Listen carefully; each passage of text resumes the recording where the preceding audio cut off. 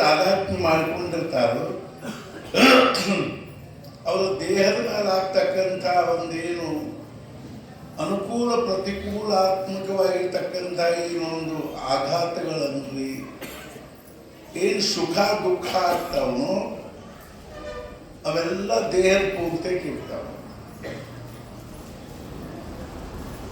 ದೇಹಕ್ಕೆ ಒದಗಿ ಬಂದಿರತಕ್ಕಂಥ ಕಷ್ಟ ಸುಖ ಅನುಕೂಲ ಪ್ರತಿಕೂಲ ಇವೆಲ್ಲ ಏನವ ಅಂದ್ರೆ ಪ್ರಾರಬ್ಧದ ಅರ್ಥಾತ್ ಏನು ಗ್ರಹಗಳ ಗತಿಗನುಸಾರವಾಗಿ ವಿಪರೀತವಾಗಿ ನಮ್ಮ ದೇಹದ ಮೇಲೆ ಪರಿಣಾಮ ಮಾಡಿದರೂ ಸಹಿತ ಯಾರು ತಮ್ಮ ಮನಸ್ಸನ್ನ ದೇಹದ ಜೊತೆ ತಾದಾತ್ಮ್ಯ ಮಾಡಿಕೊಂಡಿದ್ದಾರೋ ಅವ್ರ ದೇಹದ ಮೇಲೆ ಆಗ್ತಕ್ಕಂಥ ಪರಿಣಾಮಗಳ ಮನಸ್ಸಿನ ಮೇಲೆ ವಾಸ್ತವಿಕವಾಗಿ ಆ ಗ್ರಹಗಳಿಗೆ ಮತ್ತು ಪ್ರಾರಬ್ಧಕ್ಕೆ ನಾರಾಯಣ ಹೇಳಿ ಗ್ರಹಗಳ ಗತಿಗನುಸಾರವಾಗಿ ಪ್ರಾರಬ್ಧದ ಗತಿಗನುಸಾರವಾಗಿ ದೇಹಕ್ಕೇನು ಅಥವಾ ಏನು ಜಡ್ಡು ಜಾಪತ್ರಿ ಅಥವಾ ಏನಾದರೂ ಒಂದು ಪೆಟ್ಟು ಹತ್ತೋದು ಆಘಾತ ಆಗೋದು ಆಕ್ಸಿಡೆಂಟ್ ಆಗೋದು ಅಥವಾ ಏನು ಅಂದ್ರೆ ಶಾರೀರಿಕ ರೋಗ ಉಂಟಾಗೋದು ಇವೆಲ್ಲ ಏನವ ಅಂದ್ರೆ ದೇಹದ ಪೂರ್ತೇಕ ಆಗ್ತಾವ.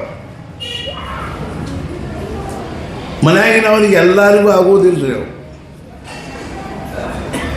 ಮತ್ತು ಯಾರು ದೇಹದ ಪೂರ್ತೇಕ ಆಗ್ತಾವೋ ಅವ್ರ ಮನಸ್ಸಿನ ಮೇಲೂ ಅವುಗಳಿಗೆ ಸ್ವತಂತ್ರವಾಗಿ ಪರಿಣಾಮ ಮಾಡಲಿಕ್ಕೆ ಬರಂಗಿಲ್ಲ. ಯಾರು ತಮ್ಮ ಮನಸ್ಸನ್ನು ದೇಹದ ಜೊತೆಗೆ ತಾದಾತ್ಮ್ಯ ಮಾಡಿಕೊಂಡಾರೋ ಅಂದ್ರೆ ಏನು ಅಂದ್ರೆ ದೇಹಕ್ಕೆ ಸುಖ ಆದ ಕೂಡಲೇ ಮನಸ್ಸಿಗೆ ಸುಖ ಆಗೋದು, ದೇಹಕ್ಕೆ ಕಷ್ಟ ಆದ ಕೂಡಲೇ ಮನಸ್ಸಿಗೆ ಕಷ್ಟ ಆಗೋದು, ದೇಹದ ಅನುಕೂಲತೆಯಲ್ಲಿ ಮನಸ್ಸು ಹಿಗ್ಗೋದು, ದೇಹದ ಪ್ರತಿಕೂಲತೆಯಲ್ಲಿ ಮನಸ್ಸು ಕುಗ್ಗೋದು ಅಂತ ಯಾರಿಗೆ ಆಗ್ತದನೋ ಅವರಿಗೆ ಗ್ರಹಗಳ ಗತಿಗನುಸಾರವಾಗಿ ಮತ್ತು ಪ್ರಾರಬ್ಧದ ಗತಿಗನುಸಾರವಾಗಿ ಒದಗಿ ಬರ್ತಕ್ಕಂಥ ಅನುಕೂಲ ಅಥವಾ ಪ್ರತಿಕೂಲ ಪರಿಸ್ಥಿತಿಗೆ ಅನುಸಾರವಾಗಿ ಉಂಟಾಗ್ತಕ್ಕಂಥ ಏನು ಸುಖ ದುಃಖ ಅವನು ಅವು ಮನಸ್ಸಿನ ಮೇಲೂ ಆಗ್ತದೆ. ಇಲ್ಲೇ ನಮ್ದು ಗದ್ದಲಾಗಿರೋದ್ರಿ. ದೇಹಕ್ಕೆ ಆಗ್ತಕ್ಕಂಥ ಸುಖ ದುಃಖ ಮನಸ್ಸಿಗೆ ಆಗ್ತದೆ, ದೇಹಕ್ಕೆ ಒದಗಿ ಬಂದಿರತಕ್ಕಂಥ ಸುಖ ದುಃಖ ಮನಸ್ಸಿಗೆ ಒದಗಿ ಬರ್ತದೆ. ಬರದೇ ಇರ್ತಕ್ಕಂಥವ್ರು ಹೆಂಗಿರ್ತಾರೆ ಹೇಳ್ತೀನಿ. ದೇಹಕ್ಕೆ ಒದಗಿ ಬಂದಿರತಕ್ಕಂಥ ಸುಖ ದುಃಖಗಳು ಮನಸ್ಸಿನ ಮೇಲೆ ಪರಿಣಾಮ ಆಗದೇ ಇರ್ತಕ್ಕಂಥವ್ರು ಹೆಂಗಿರ್ತಾರೆ ಹೇಳ್ತಾರೆ.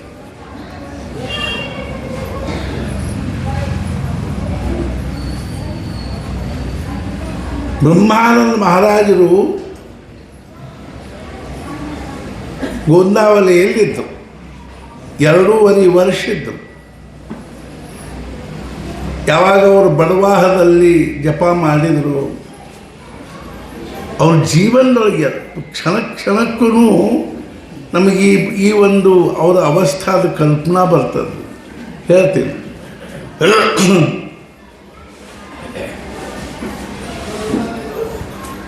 ನಿನ್ನೆ ದಾಸಬೋಧದಲ್ಲಿ ಒಂದು ಇದು ಬಂತು, ಒಂದು ಸಮಾಸ ಬಂತು ಅಥವಾ ಒಂದು ಓವಿ. ಕೊನೆಗೆ ಅವ್ರು ಹೇಳಿದರು, ನಾಮಸ್ಮರಣೆ ಪಾವಾವೇ ಸಮಾಧಾನ. ನಾಮಸ್ಮರಣೆಯೊಳಗೆ ಸಮಾಧಾನ ಮಾಡಿಕೊಳ್ಳೋ ಅಭ್ಯಾಸ ಮಾಡ್ರಿ. ನಮಗಿದು ಕಲ್ಪನಾ ಅದ ಏನು ಹೇಳಿ ನೋಡು. ನಾಮಸ್ಮರಣೆ ಮಾಡುವಾಗ ಸಮಾಧಾನದಲ್ಲಿ ಇರೋದ್ರ ಅಭ್ಯಾಸ ಮಾಡಿ. ಸಮಾಧಾನ ಭಂಗಗೊಳಿಸ್ತಕ್ಕಂಥ ವಿಚಾರಗಳ ಕಡೆಗೆ ಲಕ್ಷ್ಯ ಕೊಡಬಾರ್ದು.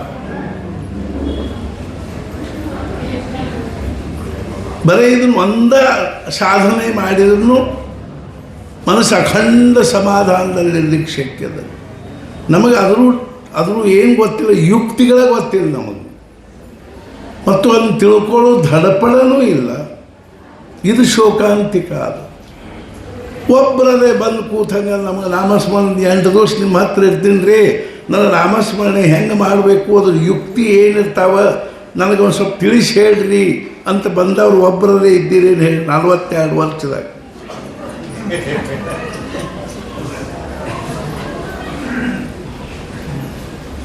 ಯಾರೇ ಬಂದಿದ್ದು ಕೈ ಎತ್ತು ಬ್ಯಾಡ್ರಿ, ಗೊತ್ತದ ನಮಗೆ. ಒಬ್ಬರು ಇವತ್ತಿನ ತನಕ ಬಂದ ಗುರುಗಳ ನಾವೊಂದು 15 ದಿವಸ ನಿಮ್ಮ ಹತ್ರ ಇರ್ತೀನಿ ರೀ, ನನಗೆ ನಾಮಸ್ಮರಣೆ ಯುಕ್ತಿ ಹೇಳ್ರಿ. ಪ್ರತಿಯೊಂದು ಕಾರ್ಯಕ್ಕೂ ಒಂದು ಯುಕ್ತಿ ಇರ್ತಾವ್ರಿ. ಯೋಜಕಸ್ತತ್ರ ದುರ್ಲಭ. ಆ ಯುಕ್ತಿ ಗೊತ್ತಿಲ್ಲ ನಮಗೆ, ಪೇಚ್ ಗೊತ್ತಿಲ್ಲ ಅದನ್ನು, ಆ ಕುಸ್ತಿ ಪೇಚ್ ಗೊತ್ತಿಲ್ಲ. ಹಿಂಗಾಗಿ ಬರೇ ಮಾಡ್ಕೋತ ಹೋಗುದು ಆಗ್ತದೆ. ಈ ವರ್ಷ ಹೇಳಿದರೆ ಇದನ್ನ, ಮುಂದಿನ ವರ್ಷ ಮತ್ತೆ ಇದನ್ನ ಹೇಳ್ತನಂತೆ. ಈ ವರ್ಷ ಎಲ್ಲರೂ ಕೇಳಿದರೆ ಮುಂದಿನ ವರ್ಷ ಮತ್ತೆ ಇದನ್ನ ಹೇಳ್ತನಂತೆ, ಮತ್ತೆ ಕೇಳಾಕ್ರಿ.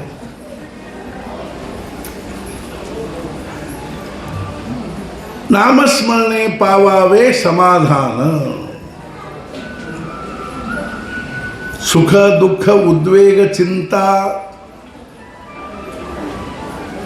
ಇರುವಾಗೂ ನಾಮಸ್ಮರಣೆ ಒಳಗೆ ಸಮಾಧಾನದ ಅಭ್ಯಾಸ ಮಾಡಬೇಕು. ಆಧಿ ಅವದಸ ಮಗದಸ ದಸ ಉಪರಿ ಅವದಸ ತರಿ ನಾಮಸ್ಮರಣ ಕರಾವೆ ಅಂಥೇಳಿ ಇರ್ಕೋ ಅರ್ಥ. ಅದರೊಳಗೆ ಹೇಳಿರೋ ಯುಕ್ತಿ ನಮಗೆ ಗೊತ್ತಾದರೆ ಎಷ್ಟು ಹೌರಿಗೆ ಅನ್ನಿಸ್ತದೆ ನಾಮಸ್ಮರಣೆ. ಅದಕ್ಕಾಗಿ ನಾವು ಅಭ್ಯಾಸ ಮಾಡಬೇಕು, ವರ್ಷಾನುಗಟ್ಟಲೆ ಅಭ್ಯಾಸ ಮಾಡಬೇಕು. ಇರ್ಕೋ ನಾ ಯಾಕೆ ಹೇಳಿಕತ್ತೀನಿ ಅಂದರೆ, ಪರಿಸ್ಥಿತಿ ಎಂಥದ್ದರೆ ಬರಲಿ, ಅದು ಆ ಪರಿಸ್ಥಿತಿಗೆ ಅನುಸಾರವಾಗಿ ದೇಹದ ಮೇಲೆ ಆ ಪರಿಸ್ಥಿತಿಯ ಆಕ್ರಮಣ ಆಗುವಲ್ತೆ. ಆದರೂ ನಾವು ನಮ್ಮ ಮನಸ್ಸನ್ನು ಬೇರೆಯಾಗಿ ಇಟ್ಟುಕೊಂಡು ಆ ಮನಸ್ಸನ್ನು ಅಖಂಡವಾಗಿರ್ತಕ್ಕಂಥ ಸಮಾಧಾನದಲ್ಲಿಟ್ಟುಕೊಂಡು ಈ ಗ್ರಹಗಳ ಗತಿಗೆ ಅನುಸಾರವಾಗಿ, ಪ್ರಾರಬ್ಧದ ಗತಿಗೆ ಅನುಸಾರವಾಗಿ ದೈಹಿಕವಾಗಿರೋ ಕಷ್ಟ ಸುಖ ಅನುಭವಿಸ್ತಾ ಇರುವಾಗಲೂ ಮನಸ್ಸನ್ನು ಶಾಂತಿ ಇಟ್ಕೊಂಡು ಹೋಗ್ಲಿಕ್ಕೆ ಬರೋದಕ್ಕೇ ಅಧ್ಯಾತ್ಮ ಅಂತ. ಇಲ್ಲಿ ಕಲಿಯೋದೇ ಇಷ್ಟ. ಇಲ್ಲಿ ಯಾವುದು ಚೀಟಿ ಚಪಾಟಿ ಮಾಡಿ ಪ್ರಾರಬ್ಧದ ಗತಿ ನಾವು ಬದಲು ಮಾಡ್ತೀವಿ. ಇಂಥದ್ದೊಂದು ಹೋಮ ಮಾಡಿರಿ, ಇಂಥ ಒಂದು ಹವನ ಮಾಡಿರಿ, ಇಂಥ ಜಪ ಮಾಡಿರಿ ಅಂದ್ರೆ ನಿಮ್ಮ ಪ್ರಾರಬ್ಧದ ಗತಿ ಬದಲಾಗ್ತದೆ ಅಂತ ಹೇಳುವಂಥ ಸ್ಥಾನ ಅಲ್ಲಿ. ಪ್ರಾರಬ್ಧದ ಗತಿ ಬದಲು ಮಾಡುವಂಥ ಉಪದ್ವ್ಯಾಪದೊಳಗೆ ಸಾಧು ಸತ್ಪುರುಷರು ಬೀಳುವುದಿಲ್ಲ. ಮತ್ತೇನು ಮಾಡ್ತಾರ್ರಿ, ಆ ಪ್ರಾರಬ್ಧವನ್ನು ಅನುಭವಿಸುವಾಗೂ ಸಹಿತ ಹೆಂಗೆ ಸಮಾಧಾನಲೇ ಇರ್ಲಿಕ್ಕೆ ಬರ್ತದೆ ಅನ್ನೋದನ್ನು ಕಲಿಸ್ತಾರೆ. Life is an art. ಜೀವನ ಅನ್ನೋದು ಒಂದು ಕಲೆ ಅದ ರೀ. ಇದನ್ನು ಹೇಳ್ತೀನಿ. ಆ ಕಲೆ ಹೆಂಗಿರ್ತದೆ ಅನ್ನೋದನ್ನು ಹೇಳ್ತೀನಿ. ಈ ನೀವು ಡೊಂಬರಾಟ ನೋಡಿರಿ. ಡೊಂಬರಾಟದಾಗ ಏನಿರ್ತಾವೆ, ಒಂದು ತಂತಿ ಕಟ್ಟಿರ್ತಾವೆ ನೋಡಿ. ಇತ್ಲಾಗ 2 ಗಳ ಇರ್ತಾವೆ, ಅತ್ಲಾಗ 2 ಗಳ ಇರ್ತಾವೆ. ಅದಕ್ಕೆ ನಡಕ್ಕೆ ತಂತಿ ಕಟ್ಟಿರ್ತಾರೆ. ಒಂದು ಹುಡುಗಿ, ಒಬ್ಬ ಹೆಣ್ಮಗಳು ಆ ತಂತಿ ಮೇಲೆ ನಡೀತಾರೆ. ನೀವು ಡೊಂಬರಾಟ ನೋಡಿರ್ಬೋದು. ಅಲ್ಲೊಬ್ಬ ಕೆಳಗೆಯಿಂದ ಒಂದು ಡ್ರಮ್ ಬಾರಿಸೋದು ಕೂತಿರ್ತಾರೆ. ಸುತ್ತಲೂ ಜನ ನಿಂತಿರ್ತಾರೆ. ಆ ಹೆಣ್ಮಗಳು ಕಚ್ಚಿ ಹಾಕ್ಕೊಂಡು ಮ್ಯಾಲೆ ಹತ್ತಿ ಕೈಯಾಗ ಒಂದು ಬಡಿಗೆ ಇರ್ತದೆ. ಆಕೆ ಕೈಯಾಗ ಆ ಬಡಿಗೆ ಹಿಂಗೆ ಬ್ಯಾಲೆನ್ಸ್ ಮೇಲೆ ಹೋಗ್ತಿರ್ತಾವೆ. ಚಂದ ಇಂಥ ಗಟ್ಟಿಮುಟ್ಟಿ ದಾರ್ಯಾಗ ಅಗಲಂದು ದಾರ್ಯಾಗ ನಮ್ಮ ನಡಿಲಿಕ್ಕೆ ಆಗೋದಿಲ್ಲ. ಬ್ಯಾಲೆನ್ಸ್ ಹೋಗ್ತಾವೆ ನಮ್ಮಲ್ಲಿ. ಆಕೆ ತಂತಿ ಮೇಲೆ ನಡೆಯೋದು ಎಷ್ಟು ಕಠಿಣ ಇರ್ಬೋದು ಕಲ್ಪನಾ ಮಾಡಿ. ಎಷ್ಟು ಅಭ್ಯಾಸ ಮಾಡಿರ್ಬೋದು ಆಕೆ. ತಂತಿ ಮೇಲೆ ನಡೀತಾಳೆ, ಹಿಂಗೆ ಕೈಯಾಗ ಹಿಡ್ಕೊಂಡು. ಅವ ಕೆಳಗೆ ಡ್ರಮ್ ಬಾರಿಸ್ತಿರ್ತಾನೆ. ಆ ಸುತ್ತಲೂ ಜನ ನಿಂತವ್ರೆ. ಬಿದ್ದಿ ಕಾಲು ಮುರ್ಕೋತಿ ಬಿದ್ದಿ ಅಂದ್ರೆ ಒದರ್ತಿರ್ತಾರೆ. ಹೀಗಾಗಿ ಎಷ್ಟು ಸಾವಧಾನತೆಗಳನ್ನು ಮತ್ತು ಎಷ್ಟು ಅದರೊಳಗೇನು ಅಂದ್ರೆ ವಿಶೇಷವಾಗಿರ್ತಕ್ಕಂಥ ಅವಧಾನಗಳನ್ನು ಹೊಂದಿದ್ದಾಳೆ ಅನ್ನೋದನ್ನು ನಾವು ತಿಳ್ಕೋಬೇಕು. ಒಂದು ಜೀವನ ಅಂದರೂ ಹಿಂಗಾದ, ಜೀವನ ಅಂದ್ರೆ ಒಂದು ಡೊಂಬರ ಆಟ ಇದ್ದ, ಜೀವನ ಅಂದ್ರೆ ಒಂದು ಬೀಸು ಕಲ್ಲಿದ್ದ, ಜೀವನ ಅಂದ್ರೆ ಒಂದು ನಾಟಕ ಇದ್ದ.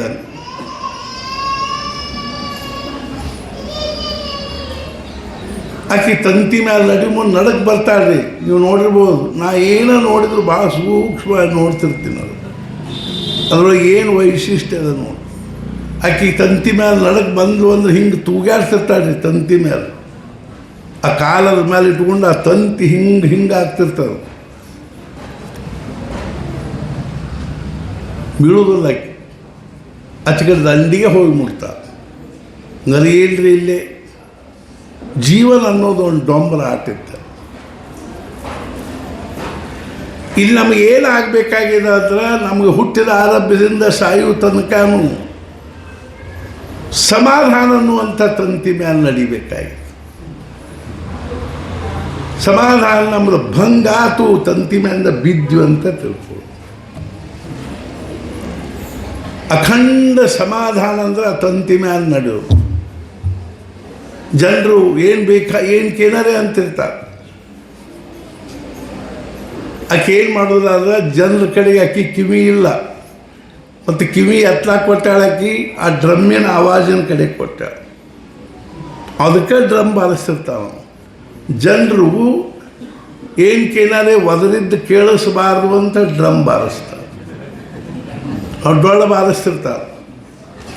ಇಲ್ಲಿ ಡೊಳ್ಳು ಅಂದ್ರೆ ಏನು ಅಂದ್ರೆ ಸತ್ಸಂಗ. ಸತ್ಸಂಗದ ಕಡೆ ಕಿವಿ ಕೊಟ್ಕೊಂಡು ಜನರು ಏನಂತಾರೆ ಅನ್ನೋ ಕಡೆ ಲಕ್ಷ್ಯ ಕೊಡದನೆ ಆಕೆ ದೃಷ್ಟಿಯಲ್ಲಿರ್ತದಂದ್ರೆ ಆ ಬಡಗಿ ಮೇಲೆ ಇರ್ತದೆ. ಹೆಂಗಾಗಿ ಭಗವಂತನ ನಾಮದ ಮೇಲೆ ದೃಷ್ಟಿ ಇಟ್ಟುಕೊಂಡು ಪ್ರಪಂಚ ಅನ್ನುವಂಥ ಡೊಂಬರ ಆಟದೊಳಗೆ ಸಮಾಧಾನ, ಮನಸ್ಸಿನ ಸಮಾಧಾನ ಅನ್ನುವಂಥ ತಂತಿ ಮೇಲೆ ನಡೆದ ಅಥವಾ ಮುಟ್ಟಿದ್ವಿ, ಯಶಸ್ವಿಯಾದ. ಇಲ್ಲದೇ ಇದ್ದರೆ ನೀವು ಏನಿದ್ರೂ ಸಮಾಧಾನ ಕಳ್ಕೊಂಡ್ವಿ ಅಂತ ತಂತಿ ಮೇಲಿಂದ ಬಿದ್ವಿ, ನಮ್ದು ಆಟ ಫೇಲ್ ಆದ. ಎಷ್ಟು ಸೂಕ್ಷ್ಮದ ನೋಡಿ.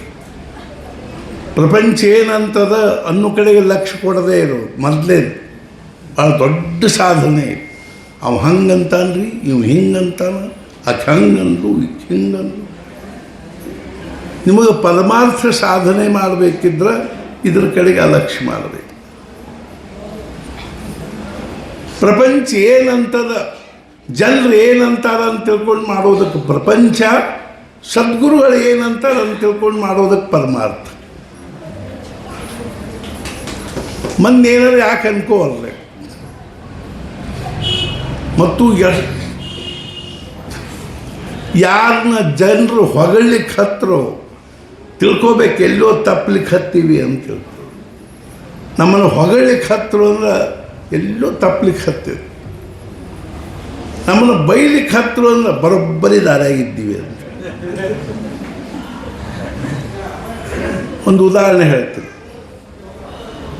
ಜನರ ಸ್ವಭಾವ ಹೆಂಗಿರ್ತದ ಅನ್ನೋದು, ಅವ್ರ ಬೌದ್ಧಿಕ ಮಟ್ಟ ಆಗಲಿ ಮಾನಸಿಕ ಮಟ್ಟನೇ ಹೆಂಗಿರ್ತದೆ ಅನ್ನೋದನ್ನ ಹೇಳಿ. ಒಬ್ಬವ ಏಡಿ ಹಿಡಿಲಿಕ್ಕೆ ಕೂತಿದ್ದ, ಕೆರೆ ದಂಡಿಗೆ ಏಡಿ. ಆ ಕೆರೆಯಾಗ ಏಡಿ ಭಾಳ ಇದ್ದು, ಏಡಿ ಹಿಡಿಬೇಕಂತ ಕೂತಾನ. ಅದೊಂದು ಹಿಂದೆ ಪ್ಲ್ಯಾಸ್ಟಿಕ್ಕದೊಂದು ಬ್ಯಾಗ್ ಇಟ್ಕೊಂಡು ನಾವು ಕೈಯಾಗ ಅದ್ರ ಜೊತೆ ಮಗ್ಗಲ್ದಾಗ ಅವು ಏಡಿ ಹಿಡಿದು ಅದ್ರ ಹಾಕ್ತಾರೆ. ಅವು ಹಿಂದಿನ ಕಾಲದಾಗ ಹೆಣದದ್ದು ಬ್ಯಾಗ್ ಇರ್ತಿದ್ದು ನೋಡ್ರಿ, ಅವು ಪ್ಲ್ಯಾಸ್ಟಿಕ್ ವಾಯರ್ ಇರಲೇ ಅಂತ ಒಂದು ಬ್ಯಾಗ್. ಅದು ಚೌಕ್ ಇದು ಇರ್ತಾವೆ ತೂತಿದ್ದು. ಒಂದು 3-4 ಏಡಿ ಹಿಡ್ದಾನ. ಒಬ್ಬ ಹೊಂಟಿದ್ದ, ಅವನ ಏಡಿ ಹೊರಗೆ ಹೊಂಟದ್ದು ನೋಡು. ಅವ್ನು ಹೊಳಿಸೈತಿ ನೋಡಿಲ್ರಿ, ಹೋಗಂಗಿಲ್ರಿ ಅದು ಅಂದ. ಅಲ್ಲೋ ಮ್ಯಾಲ ತನಕ ಬಂದದ, ಹೋಗಂಗಿಲ್ಲ ಬಿಡ್ರಿ, ಕಾಳಜಿ ಮಾಡಿ.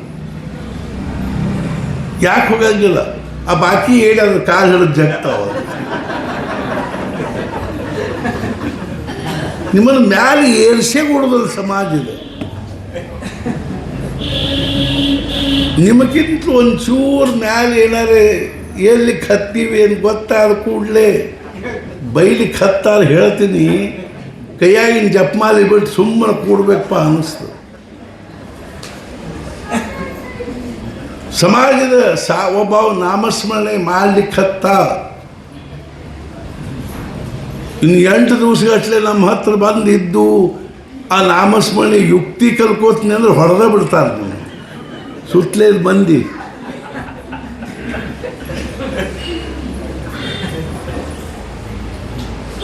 ಬುದ್ಧಿಗಿದ್ದದ ಇಲ್ಲ, ಏನು ದೊಡ್ಡ ಯುಕ್ತಿ ಕಲೆ ಅವನು.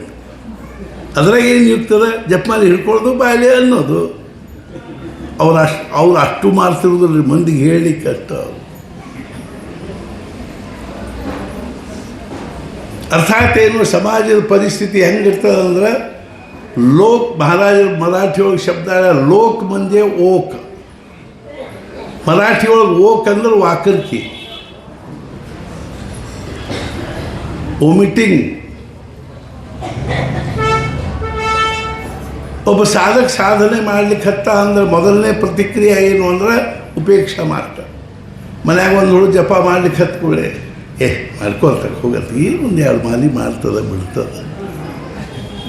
ಇವನು ಸಣ್ಣಂಗೆ ಹೆಚ್ಚು ಮಾಡ್ಲಿಕ್ಕೆ ಹತ್ತ, ದಿನ ಒಂದು ಅರ್ಧ ತಾಸು ಎಲ್ಲರೂ ಕೂತು ಜಪ ಮಾಡ್ಲಿಕ್ಕೆ ಹತ್ತ, ಸಣ್ಣಂಗೆ 1 ತಾಸಿಗೆ ಬಂದ ಕೂಡಲೇ ಮೊದಲೇದ್ದು ಉಪೇಕ್ಷೆ, 2ನೇದ್ದು ತಿರಸ್ಕಾರ. ಬುದ್ಧಿಗಿದ್ದೀರ ಇಲ್ಲೇ ಅಭ್ಯಾಸ ಬಿಟ್ಟು ತಿರುಗಿ ಅದನ್ನು ಹೆಬ್ಬಾಳಿಗೆ ಹೋಗಿದ್ದರ ಪರಿಣಾಮ ಹಿಂಗಾಗಿ. ಎರಡು ಸಲ ಹೇಳಿ ನಾವು ಹೋಗಬೇಡ ಅಲ್ಲಿ ಹೋಗಿ ಕೂಡಲಿ ಎಲ್ಲ ಹಿಡ್ಕೊಂಡು ನೋಡಿ ನಿನಗೂ ಹಿಡ್ಕೋಬೇಕಲ್ಲ, ನಿನ್ನ ಬುದ್ಧಿಗಿದ್ದೀರ ಇಲ್ಲೇ. ಹಿಂದಿಂದ ಎಲ್ಲ ಕೇಳಿವ್ರಿ ನಾವು.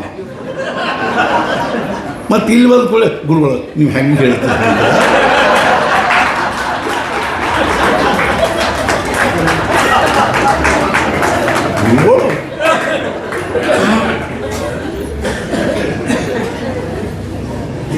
ಇದೆಲ್ಲ ಗೊತ್ತಲ್ಲ.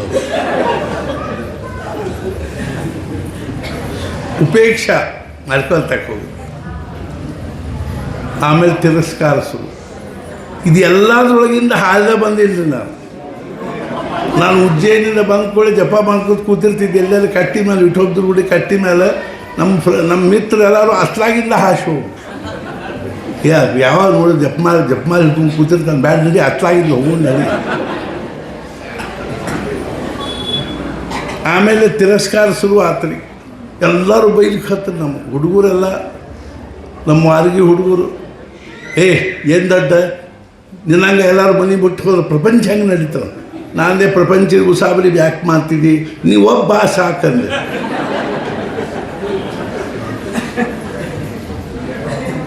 ನಿನಗೆ ಬುದ್ಧಿ ಇಲ್ಲ, ನನಗೂ ಬುದ್ಧಿ ಇಲ್ಲ ಅಂತಾರೆ ಅವರು. ತಿರಸ್ಕಾರ, ಆಮೇಲೆ ವಿರೋಧ ಶುರು.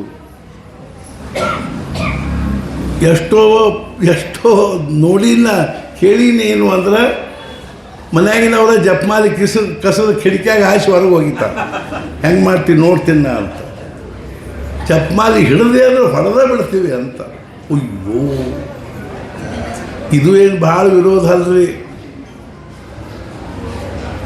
विष का प्याला राणा जी ने भेजा, पीवत मेरा हासी रे, पग गुंगरु बांधव मेरा नाची रे।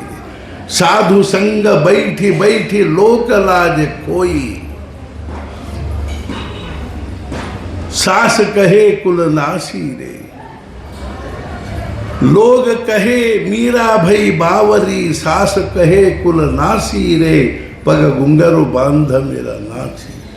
ಸಾಕ್ರಟಿಸಿಗೆ ವಿಷ ಕೊಟ್ಟು ವಿಷ ಕುಡಿದ್ರೆ ಅವು ಮಹಾರಾಜರಿಗೆ ವಿಷ ಹಾಕಿದರು. ಯೇಸು ಕ್ರಿಸ್ತನನ್ನು ಶಿಲುಬೆಗೆ ಏರಿಸಿದರು. ಹರಿದಾಸ್ ಅಂತ ಒಬ್ಬರು ಸಾಧು ಇದ್ದರು. ಅವು ಸ್ವತಃ ಮುಸಲ್ಮಾನ್ ಇದ್ದು ಅವೇನಾಗಿದ್ದ ಅಂದ್ರೆ ಸಾಧುವಾಗಿದ್ದ. ಅವನು ಮುಸಲ್ಮಾನರು ಹೊಡಿತಿದ್ರು, ಹಿಂದೂಗಳು ಹೊಡಿತಿದ್ರು. ನೀ ಮುಸಲ್ಮಾನಾಗಿ ನಮ್ಮ ನಾಮಸ್ಮರಣೆ ಯಾಕೆ ಮಾಡ್ತೀನಿ ಅಂತ ಇವ್ರು ಹೊಡಿತಿದ್ರು, ನೀವು ಮುಸಲ್ಮಾನಾಗಿ ಅವ್ರ ನಾಮಸ್ಮರಣೆ ಯಾಕೆ ಮಾಡ್ತೀವಿ ಅಂತ ಅವ್ರು ಹೊಡಿತಾರೆ. ಅದರ ವಿಲಕ್ಷಣ ಸಾಧು ಇದ್ದರು. ಚೈತನ್ಯ ಮಹಾಪ್ರಭುಗಳ ಶಿಷ್ಯ ಅವ. ತಿಳ್ಕೊಳ್ಳ ವಿರೋಧ ವಿರೋಧ ವಿರೋಧ. ಹುಚ್ಚೀರಪ್ಪದ್ದನ್ನು ಹೆಂಗೆ ಬೇಕು ಹಂಗೆ ಬಡಿದ್ರು. ಸಮಾಜದಲ್ಲಿ ಕಂಬಕ್ಕೆ ಕಟ್ಟಿ ಬಡಿದ್ರು, ಗಿಡಕ್ಕೆ ಕಟ್ಟಿ ಬಡಿದ್ರು, ಒಂದು ಚೂರು ಪ್ರತಿಕ್ರಿಯೆ ಇಲ್ಲ. ಈ ಹುಚ್ಚೀರಪ್ಪ ಇದ ಹುಚ್ಚುಗಳೆಲ್ಲ ಸೇರಿ ಆ ಹುಚ್ಚೀರಪ್ಪಂದನ್ನು ಜಾತ್ರೆ ಮಾಡ್ತಾರೆ. ಇದಕ್ಕೆ ನಾ ಯಾಕೆ ಹೇಳಿಕ್ಕೆ ಹತ್ತೀನಿ ಅಂದ್ರೆ ಸಮಾಜದ ಪ್ರತಿಕ್ರಿಯಾನ ಹಂಗದ. ದೈಹಿಕವಾಗಿ ಕಷ್ಟ ಅನುಭವಿಸ್ಬೇಕು. ಸಮಾಜದ ಹಿಂಸೆಗಳನ್ನು ಸಮಾಧಾನ ತಡ್ಕೊಳ್ಳಿಕ್ಕೆ ಬರಬೇಕು. ಇದು ಎಲ್ಲರೊಳಗೂ ಸಮಾಧಾನ ಕಾಯ್ಕೊಂಡು ಹೋಗ್ಬೇಕಾದ್ರೆ ಯಾವ ದೇಹಕ್ಕೆ ಇವೆಲ್ಲ ಆಘಾತಗಳಾಗ್ತಾವೆ, ದೇಹದಿಂದ ಮನಸ್ಸನ್ನು ನಾವು ಬೇರೆ ಮಾಡಿದ ಹೊರತು ಶಕ್ತಿ ಇಲ್ಲ. ರಮಣ ಮಹರ್ಷಿಗಳಿಗೆ ಕ್ಯಾನ್ಸರ್ ಆಗಿತ್ತಿಲ್ಲ, ಆಸ್ಪತ್ರೆಗೆ ಬರಂಗಿಲ್ಲ ಅಂದರು. ಆಮೇಲೆ ಅಲ್ಲೇ ಆಶ್ರಮದಲ್ಲೇ ಒಂದು ಬಚ್ಚಲ್ದಾಗ ಒಂದು ಕುರ್ಚಿ ಹಾಕಿ ಕೂಡಿಸಿ ಕೆಳಗೊಂದು ಇದನ್ನು ಬುಟ್ಟಿ ಇಟ್ಟು ಅಲ್ಲೇ ಆ ಹುಣ್ಣು ಕೊಯ್ಲಿಕ್ಕೆ ಹತ್ತು ಕೂಡಲೇ ಅವರಂದರು ಈ ನರ ಎಲ್ಲಿ ಹೋಗ್ತದೆ, ಈ ನರ ಎಲ್ಲಿ ಹೋಗ್ತದೆ. ಡಾಕ್ಟ್ರು ಅಂದರು ಅದು ಎಲ್ಲೆಲ್ಲಿ ಯಾಕೆ ಹೋಗೋಂತ ನಿಮಗೆ ನೋಯಿಸ್ತದಿಲ್ಲ. ಅವ್ರಿಗೆ ಕ್ಲೋರೋಫಾರ್ಮ್ ಕೊಟ್ಟಿದ್ದಿಲ್ಲ, ಬೇಡ ತೊಗೊಳ್ದಿಲ್ಲ ಅಂತೆ. ಎನೆಸ್ಟೀಸಿಯಾ ಕೊಟ್ಟಿದ್ದಿಲ್ಲ. ಅವಾಗ ಅವ್ರು ಕೇಳಿ ನಿಮ್ಮ ನೋವು ಆಗ್ತದಿಲ್ಲೋ. ಅವ್ರು ಹೇಳಿದ್ರು ಇತ್ಲ ಇನ್ನು ಮನಸ್ಸು ತಕ್ಕೊಂಡ್ಬಿಟ್ಟಿಲ್ಲ ಅಂತ. ಗೋಳ್ವಾಲ್ಕರ್ ಗುರೂಜಿ ಅವರು ಅರ್ಥಾತ್ ಏನು ಅಂದ್ರೆ ನಾಗ್ಪುರದಲ್ಲಿದ್ದಾಗ ಅವ್ರ ಬೆನ್ನ ಮೇಲೆ ಒಂದು ಹುಣ್ಣಾಗಿತ್ತು. ಡಾಕ್ಟ್ರು ಹೇಳಿದರು ಅದಕ್ಕೆ ಸಳಿ ಕಾಯಿಸಿ ಬಲಿ ಕೊಡಬೇಕಾಗ್ತದೆ, ಕೊಡ್ರಿ ಅದು. ಡಾಕ್ಟ್ರು ಹೋದಾಗ ಜನರ ಜೊತೆ ಮಾತಾಡ್ಕೊಂಡು ಕೂತಿದ್ರು ಅವರು. ಅವ್ರು ಹೇಳಿದರು ಸ್ವಲ್ಪ ಇವನ್ನೆಲ್ಲ ಕಳಿಸ್ರಿ, ಇರ್ಕೊಳ್ತಕ್ಕ ಅವ್ರು ಮಾತಾಡ್ಕೊತ ಇರ್ತೀವಿ, ನಿಮಗೆ ನೀವು ಮಾಡಿ. ಅವರು ಕ್ಲೋರೋಫಾರ್ಮ್ ತೊಗೊಂಡಿದ್ದಿಲ್ಲ. ಸ್ಟೋವ್ ಮೇಲೆ ಬಳಿ ಆ ಸಳಿ ಕಾಯ್ದು ಹಿಂಗೆ ಅವ್ರಿಗೆ ಚಟ್ಕ ಕೊಡುವ ಹೊತ್ತಿನಾಗ ಇವ್ರ ಮಾತಿನ ಒಂದು ಪ್ರವಾಹದಲ್ಲಿ ಒಂದು ಕಿಂಚಿತ್ತೂ ವ್ಯತ್ಯಾಸ ಆಗಿದೆ. ಅವರಂದ್ರು ನಿಮ್ಮ ನೋಯ್ಲಿಲ್ಲೇನು, ನಾ ಬೆನ್ನ ಕಡೆದು ಲಕ್ಷ ತಕ್ಕೊಂಡ್ಬಿಟ್ಟಿನಿ. ಹೆಂಗೆ ಒಂದು ಸಂಪೂರ್ಣ ದೇಹದ ಕಡೆಯಿಂದ ನಾವು ಲಕ್ಷ್ಯ ತೆಗೆದು ಬಿಟ್ಟಿವಿ ಅಂದರೆ ದೇಹಕ್ಕೆ ಏನಾದರೂ ಏನದು ಕಲ್ಪನಾ ಮಾಡಿ ನೋಡೋಣ. ಬ್ರಹ್ಮಾನಂದ ಮಹಾರಾಜರು ಹೇಳಿದರು, ಬ್ರಹ್ಮಾನಂದ ಬುವ ಪಂಢರಪುರಕ್ಕೆ ಹೋಗಬೇಕು, ಕುದುರೆ ತಯಾರು ಮಾಡಿರಿ. ಕುದುರೆ ತಯಾರು ಮಾಡಿ ಅವ್ರಿಗೆ ಬೇಕಾಗುವ ಸಾಮಾನು ಹಾಕ್ಕೊಂಡು ಹಸಿಬಿ ಹೆಗಲ ಮೇಲೆ ಹಾಕ್ಕೊಂಡ್ರು. ಹಿಂದಿನ ಕಾಲದಾಗ ಹಸಿಬಿ ಅಂತ ಇರ್ತಿತ್ತು, ಅದೊಂದು ದಪ್ಪನ ಚೀಲ, ಅದಕ್ಕೆ ಹಿಂಗೆ ಹಿಡಿಕಿ ಹಿಂಗೆ ಇದು ಕಸಿ ಇರ್ತಿದ್ದಿಲ್ಲ. ಇತ್ಲಾಗ ಒಂದು ಅರ್ಧ ಇದು ಇರಬೇಕು ಚೀಲದ ಗತೆ. ಅದನ್ನ ಹೆಗಲ ಮೇಲೆ ಹಾಕ್ಕೊಂಡ್ಬಿಡ್ಬೇಕು, ಮುಂದರ್ಧ ಹಿಂದರ್ಧ. ನಾವು ನೋಡಿದ್ವಿ ಅವನು ಹಸಿಬಿ. ಆಮೇಲೆ ಸಹಜ ಮಹಾರಾಜರೇನು ಬ್ರಹ್ಮಾನಂದ ಬುವ ತುಮಿ ಪಂಚಲ ನೀವು ನಡೀರಿ ಅಂದುಬಿಟ್ಟು ಹೋಯ್ ಮಹಾರಾಜ. 50 ಮೈಲ್ ಅದ ಅಲ್ಲಿಂದ ಪಂಢರಪುರ. ಬೆಳಿಗ್ಗೆ 6 ಗಂಟೆಗೆ ಬಿಟ್ಟವರು, ಸಂಜೆನಾಗ 6 ಗಂಟೆಗೆ ಪಂಢರಪುರ ಮುಟ್ಟಿದ್ರು. ಕುದುರೆ ಬೆನ್ನು ಹತ್ತಿ ಓಡೋದು ಅಂದ್ರೆ ಏನು ಪರಿಸ್ಥಿತಿ ಅದ ಕಲ್ಪನಾ ಮಾಡಿ. ಆ ಕುದುರೆ ಹೆಂಗೆ ಓಡ್ತದನೋ ಹಂಗಾಗಿ ಈಗಿನ ಗತೆ ರಸ್ತೆ ಇಲ್ಲ, ಏನಿಲ್ಲ. ಮುಳ್ಳು, ಕಂಟಿ, ತೆಗ್ಗು, ದಿನ್ನಿ. ಅಲ್ಲಿಗೆ ಹೋದ ಕೂಡಲೇ ಮಹಾರಾಜರ ಸಲುವಾಗಿ ಅವ್ರು ಕಂಬಳಿ ಹಾಸಿದ್ರು, ಕುದುರೆ ಮೇಲಿಂದ ತೆಗೆದು ದಿಂಬಿಟ್ರು. ಅವ್ರು ಕೂಡ್ಲಿಕ್ಕೆ ಹೇಳಿದರು. ಅದ್ದಾರು ಮಹಾರಾಜರು, ಶಾಸ್ತ್ರಿ ಬುವ ಅಡುಗೆ ಮಾಡಿದ್ರು. ಮತ್ತು ಇತ್ಲ ಒಂದೆರಡು ಭಾಂಡಿ ಇಸ್ಕೊಂಡು ಬಂದು ಬ್ರಹ್ಮಾನಂದ ಮಹಾರಾಜರು ಒಂದು ಮಾರುತಿ ಮಂದಿರದಲ್ಲಿ ಅಡುಗೆ ಮಾಡಿ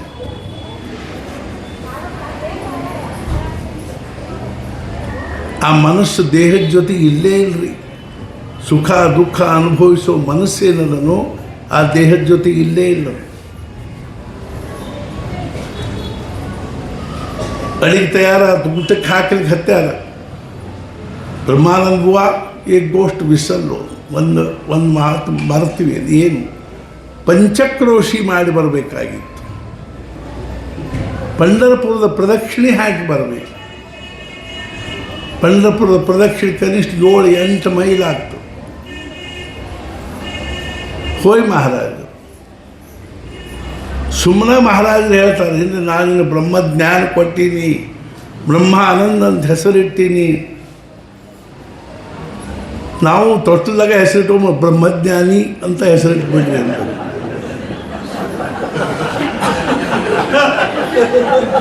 ಇವರು ಬ್ರಹ್ಮಜ್ಞಾನಿ.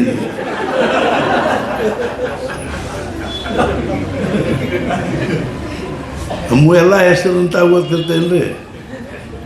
ಓದಲಿಲ್ಲ ಬರೀಲಿಲ್ಲ ಶಾರದಮ್ಮನವರು, ಬಡಿಲಿಲ್ಲ ಭೀಮಣ್ಣನವರು, ಹಾರಲಿಲ್ಲ ಚೀರಲಿಲ್ಲ ಹನುಮಪ್ಪನವರು, ದುಡ್ಡಿಲ್ಲ ದುಗ್ಗಾನಿಲ್ಲ ಲಕ್ಷ್ಮಮ್ಮನವರು. ಹೆಸರ ದೊಡ್ಡ ಓದಿಲ್ಲ ಬರೀ ಇಲ್ಲ ಶಾರದಮ್ಮನವರು. ಯಾರು ಶಾರದಮ್ಮ ಅಂತಿದ್ರು ತಪ್ಪು.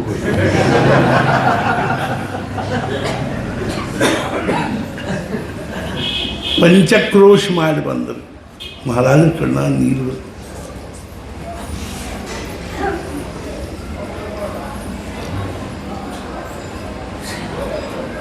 ರಾತ್ರಿ 2 ಹೊಡಿತು.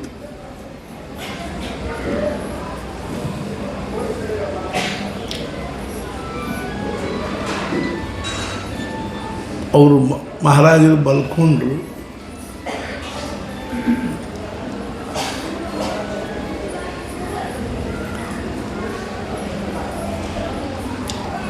ಬ್ರಹ್ಮಾನಂದ ಮಹಾರಾಜ ಬೆಳೆದಂಕ ಕಾಲ್ಬಿಟ್ಟು ಏನು ಉದ್ದೇಶ ಏನೂ ಇದ್ದಿದ್ದಿಲ್ಲ. ಪಂಢರಪುರಕ್ಕೆ ಹೋಗೋದು ಏನೂ ಅವಶ್ಯಕತೆ ಇದ್ದಿದ್ದಿಲ್ಲ.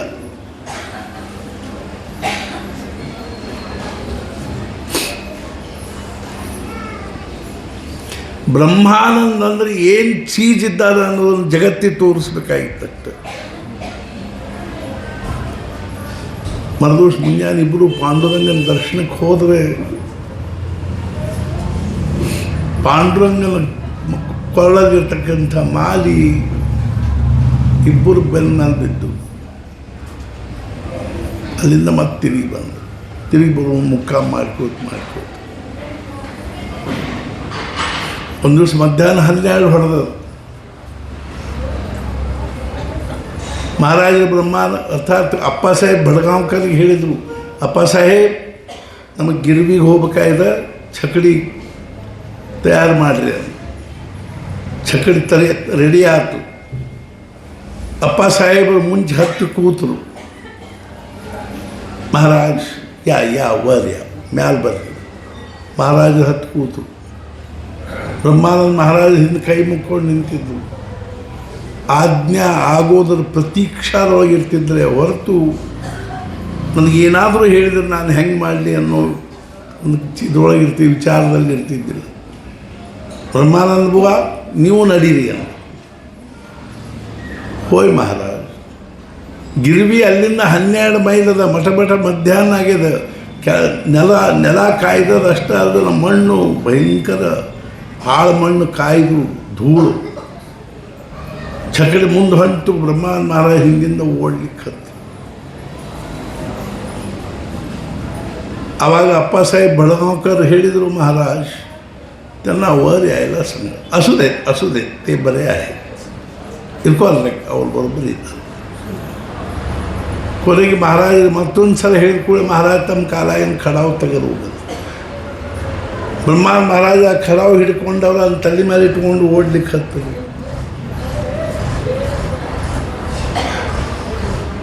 ಗಿರ್ವಿಗೆ ಹೋಗಿ ಬಂದ ಕೂಡಲೇ ಅಪ್ಪ ಸಾಹೇಬ್ ಬಡಗಾಂವ್ಕರ್ ಭಾವು ಸಾಹೇಬ್ರಿಗೆ ಏನಂದ್ರು ಅಂದ್ರೆ, ಭಾವು ಸಾಹೇಬ್ ಇವತ್ತು ಬ್ರಹ್ಮಾನಂದ ಮಹಾರಾಜರ ಆಜ್ಞಾ ಮೂಡಿದ್ರು. ಭಾವು ಸಾಹೇಬರು ಹೇಳಿದರು, ಅಪ್ಪ ಸಾಹೇಬ್ ಆಜ್ಞಾ ಪಾಲನೆ ಹೆಂಗೆ ಮಾಡಬೇಕು ಅನ್ನೋದನ್ನು ಕೇವಲ ಬ್ರಹ್ಮಾನಂದ ಮಹಾರಾಜರು ಒಬ್ಬರ ತಿಳ್ಕೊಂಡಾರೆ ಹೊರತು ಉಳಿದವ್ರು ಯಾರೂ ಇನ್ನೂ ತಿಳ್ಕೊಂಡಿಲ್ಲ. महाराज ಹೇಳಿದ್ರೆ ಈಗ ಬ್ರಹ್ಮಾನಂದच तेवढा मला ओळखू शकला, ಬ್ರಹ್ಮಾನಂದ ಒಬ್ಬರ ನನ್ನನ್ನು ತಿಳ್ಕೊಳ್ಳಿಕ್ಕೆ ಶಕ್ಯ. ಆವಾಗ ಬ್ರಹ್ಮಾನಂದರು ಬಂದ್ರೆ ಅಷ್ಟೊತ್ತಿಗೆ ಬ್ರಹ್ಮಾನಂದ ಮಹಾರಾಜರು ಒಂದಾವರೆಗಳು ಒಂದು ಖೋಲಿ ಒಳಗೆ ಇರ್ತಿತ್ತು. ಅಲ್ಲಿ ಬಂದರು, ಬಂದ ಕೂಡಲೇ ಕೇಳಿದರು, ಕಾಯ್ಗಡ್ಲಿ ಏನಾಯ್ತು ಇವತ್ತಲ್ಲಿ? ಆವಾಗ ಅವ್ರು ಹೇಳಿದರು, ನಾನು ಯಾವಾಗ ಓಡ್ಲಿಕ್ಕೆ ಹತ್ತಿದ್ದೆ, ಅದು ಅಕ್ಷರಶಃ ನಾನು ಬೆಳದಿಂಗಳದಾಗ ಓಡ್ಲಿಕ್ಕೆ ಹತ್ತೀನಿ ಅಂತ ಅನ್ನಿಸ್ತಿತ್ತು. ಇವು ಎದರ ಭೂಮಿಕಾ ಇವು, ಮನೋಭೂಮಿಕಾ ಇವು.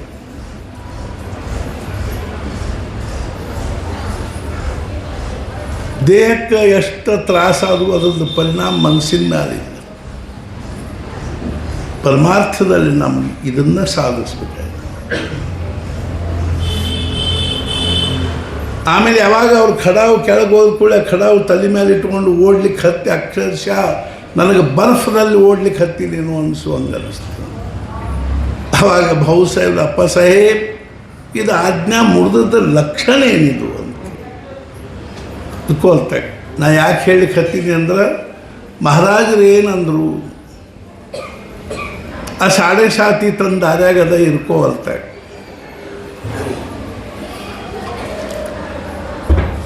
ಆದರೆ ಯಾರು ತಮ್ಮ ಮನಸ್ಸನ್ನು ದೇಹದ ತಾದಾತ್ಮ್ಯತೆಯಿಂದ ಬಿಡುಗಡೆ ಮಾಡಿಕೊಂಡಿದ್ದಾರೋ, ಬೇರೆ ಮಾಡಿಕೊಂಡಿದ್ದಾರೋ, ಅವರಿಗೆ ದೇಹದ ಮೇಲೆ ಆಗ್ತಕ್ಕಂಥ ಗ್ರಹಗಳ ಗತಿಗನುಸಾರವಾಗಿ, ಪ್ರಾರಬ್ಧ ಗತಿಗನುಸಾರವಾಗಿ ಆಗ್ತಕ್ಕಂಥ ಕಷ್ಟ ಸುಖಗಳ ಸುಖ ದುಃಖ ಅವರಿಗೆ ಆಗುವುದಿಲ್ಲ. ಹಂಗಾರೆ ದೇಹವನ್ನು ಆರಾಮ ಇಡಲಿಕ್ಕೆ ನಾವು ಪ್ರಯತ್ನ ಮಾಡಬೇಕು, ಅಥವಾ ದೇಹದಿಂದ ಮನಸ್ಸನ್ನು ಬೇರೆ ಮಾಡ್ಕೊಳ್ಳಿಕ್ಕೆ ಪ್ರಯತ್ನ ಮಾಡಬೇಕು. ದೇಹದಿಂದ ನಾವು ನಮ್ಮ ಮನಸ್ಸನ್ನು ಬೇರೆ ಮಾಡಿಕೊಂಡ್ವಿ ಅಂದ್ರೆ ಆ ದೇಹ ಏನಾದರೂ ಅನುಭವಿಸ್ಕೋತ ಇರ್ಕೊಳ್ತಕ್ಕ ಮನಸ್ಸು ಶಾಂತ.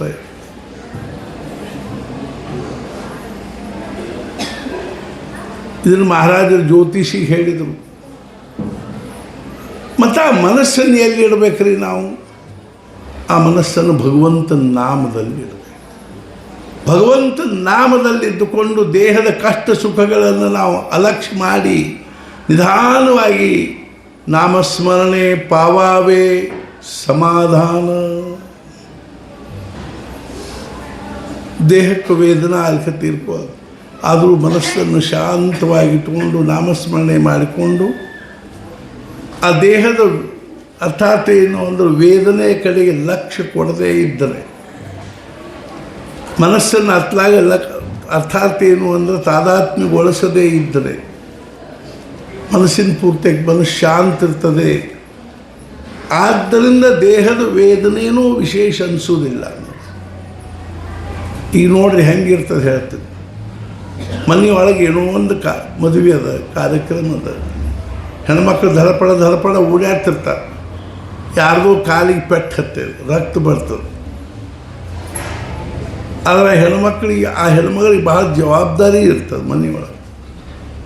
ಆವಾಗ ಆಕೆ ಏನು ಮಾಡ್ತಾರೆ, ಇತ್ಲ ಓಡಾಡ್ತಿರ್ತಾರೆ, ಬಾಕಿದವ್ರು ನೋಡ್ರಿ ಅಲ್ಲಿ ಎಷ್ಟು ರಕ್ತ ಬರ್ಲಿಕ್ಕೆ ಹತ್ತದ, ಸ್ವಲ್ಪ ಏನಾದ್ರು ಇದನ್ನು ಮಾಡಿಕೊಡ್ರಿ, ಇರ್ಕೊಳ್ತಕ್ಕ ಆಕೆ ಲಕ್ಷ್ಯ ಇಲ್ಲ ಅದ್ರ ಕಡೆಗೆ.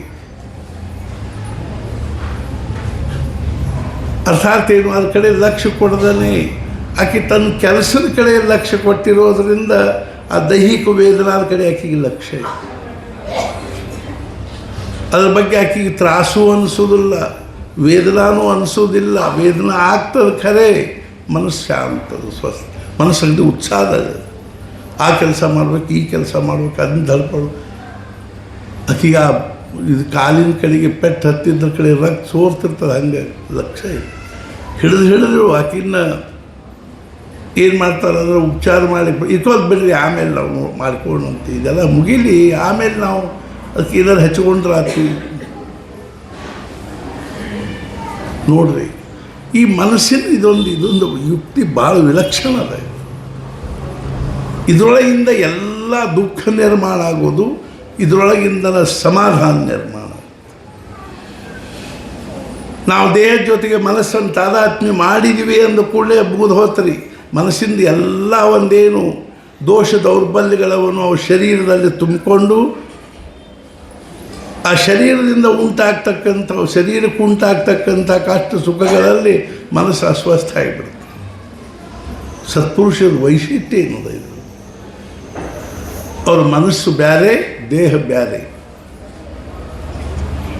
ಈ ಮನಸ್ಸನ್ನು ಎಲ್ಲಿಡಬೇಕ್ರಿ ನಾವು? ಅದಕ್ಕೊಂದು ಉದಾಹರಣೆ. ಜೀವನ ಅಂದ್ರೆ ಹೆಂಗದ ಅಂದ್ರೆ ಬೀಸು ಕಲ್ಲಿದ್ದಂಗೆ. ಬೀಸು ಕಲ್ಲಿನೊಳಗೆ ಏನಿರ್ತಾವೆ, 4 ಅಂಗಿರ್ತಾವೆ ನೋಡ್ರಿ. ಈಗೆಲ್ಲ ಇದು ಮಿಕ್ಸಿ ದಿವಸ ಆಗಿರೋದ್ರಿಂದ ಬೀಸು ಕಲ್ಲು ಯಾರಿಗೆ ಮನ್ಯಾಗ ಬಹಳ ಕ್ವಚಿತ್ ಎಲ್ಲಾರು ಇರ್ತಾವೆ. 4 ಅಂಗಿ ಯಾವ್ಯಾವು ಅಂದ್ರೆ ಕೆಳಗೊಂದು ಪಾಳೆ ಅದು, ಆ ಕೆಳಗಿನ ಪಾಳೆ ಗಟ್ಟೆ ತಿರುಗಬಾರ್ದು ಅಂತ ನೆಲ್ಲಾಗಿಂದ ಒಂದು ಗೂಟ ಅದ, ಆ ಗೂಟಕ್ಕೆ ಕೆಳಗಿನ ಪಾಳೆ ಫಿಕ್ಸ್ ಮಾಡಿಟ್ಟ. ಮ್ಯಾಲೊಂದು ಪಾಳೆ ಅದ, ಆ ಮ್ಯಾಲಿನ ಪಾಳೆಗೆ ಮ್ಯಾಲೊಂದು ಗೂಟ ಅದ. ಕೆಳಗೆ ನೆಲದಾಗ ಒಂದು ಗೂಟ, ಮ್ಯಾಲೊಂದು ಗೂಟ, ಕೆಳಗೊಂದು ಪಾಳೆ, ಮ್ಯಾಲೊಂದು ಪಾಳೆ.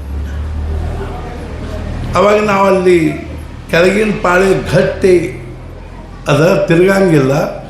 ಆ ಮ್ಯಾಲಿನ ಗೂಟ ಹಿಡಿದು ನಾವು ಹಿಂಗೆ ಮ್ಯಾಲಿನ ಪಾಳೆಯನ್ನು ತಿರುಗಿಸ್ತಾ ಇರುವಾಗ ಹಿಟ್ಟು ಅರ್ಥಾತ್ ಕಾಳು ಹಾಕಿದ್ವಿ ಅಂದ್ರೆ ಹಿಟ್ಟು ಬೀಳುತ್ತೆ. 2 ಪಾಳೆ ತಿರುಗಿದ ಹಿಟ್ಟು ಬೀಳ್ತಾಯಿನ್ರಿ? ಬೀಳಂಗಿಲ್ಲ. ಹೆಂಗೋ ಹಂಗಿಲ್ಲ. ನಮ್ಮಲ್ಲೂ 4 ಅಂಗವ.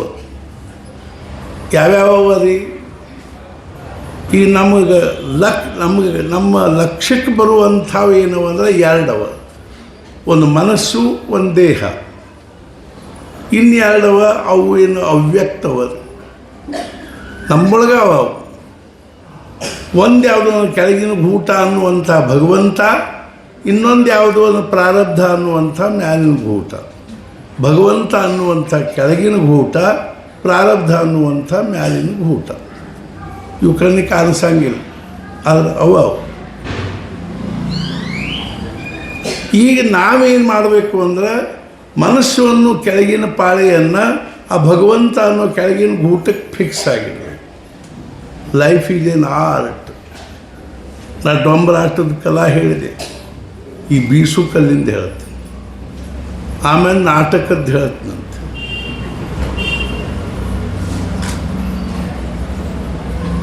ನಾವು ಕೆಳಗಿನ ಗೂಟಕ್ಕೆ ಅದನ್ನು ಫಿಕ್ಸ್ ಮಾಡಿಬಿಟ್ಟಿವಿ, ಆ ಕೆಳಗಿನ ಪಾಳೆ ತಿರ್ಗಂಗಿಲ್ಲ. ಹೆಂಗುವಾಗ ಮನಸ್ಸು ಅನ್ನುವಂಥ ಕೆಳಗಿನ ಪಾಳೆಯನ್ನು ಭಗವಂತ ಅಥವಾ ಭಗವಂತನ ನಾಮ ಅಥವಾ ಭಗವಂತನ ಭಕ್ತಿ ಅಥವಾ ಸತ್ಸಂಗ ಅಥವಾ ಸ್ವಾಧ್ಯಾಯ ಅಥವಾ ಮತ್ಯಾವುದಾದ್ರೂ ಜಪ ತಪ ಅನುಷ್ಠಾನ, ಒಂದು ಮಾತು ಹೇಳ್ತೀನಿ ಅದಕ್ಕೂ ಮುಂಚೆ. ಈಗೇನದ ರೀ, ಈಗ ವೇದಾಂತದಲ್ಲಿ ಅಥಾತೋ ಬ್ರಹ್ಮ ಜಿಜ್ಞಾಸ ಅಂತ ಒಂದು ಸೂತ್ರದ. ಅತಃ ಬ್ರಹ್ಮ ಜಿಜ್ಞಾಸ ಕರ್ತವ್ಯ. ಅಥ ಅಂದ್ರೆ ಅನಂತರದಲ್ಲಿ, ಅತಃ ಅಂದ್ರೆ ಆದ್ದರಿಂದ ಬ್ರಹ್ಮ ಜಿಜ್ಞಾಸೆ ಮಾಡಬೇಕು ಅಂತ ಹೇಳಿ. ಏನಾದ ಮೇಲೆ ಅದಕ್ಕೆ ಅವ್ರು ಹೇಳ್ತಾರೆ, ಸಾಧನ ಚತುಷ್ಟಯ ಸಂಪನ್ನಾನಂತರಂ ಬ್ರಹ್ಮ ಜಿಜ್ಞಾಸ ಕರ್ತವ್ಯ.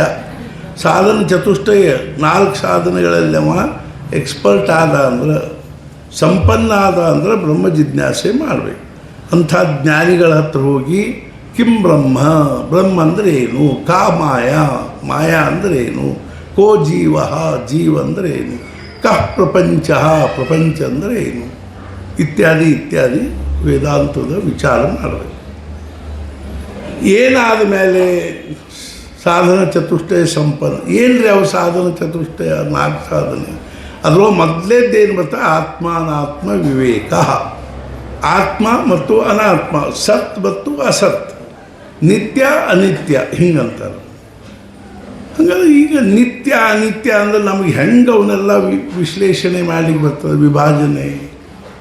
ಯಾವುದು ಶಾಶ್ವತವಾದದ್ದು, ಯಾವುದು ಅಶಾಶ್ವತವಾದದ್ದು, ಯಾವುದು ಹೆಂಗೆ ಅನ್ನೋಕ್ಕಿಂತಲೂ ಒಂದು ಸರಳ ಅರ್ಥದಲ್ಲಿ ಹೇಳ್ತಾರೆ.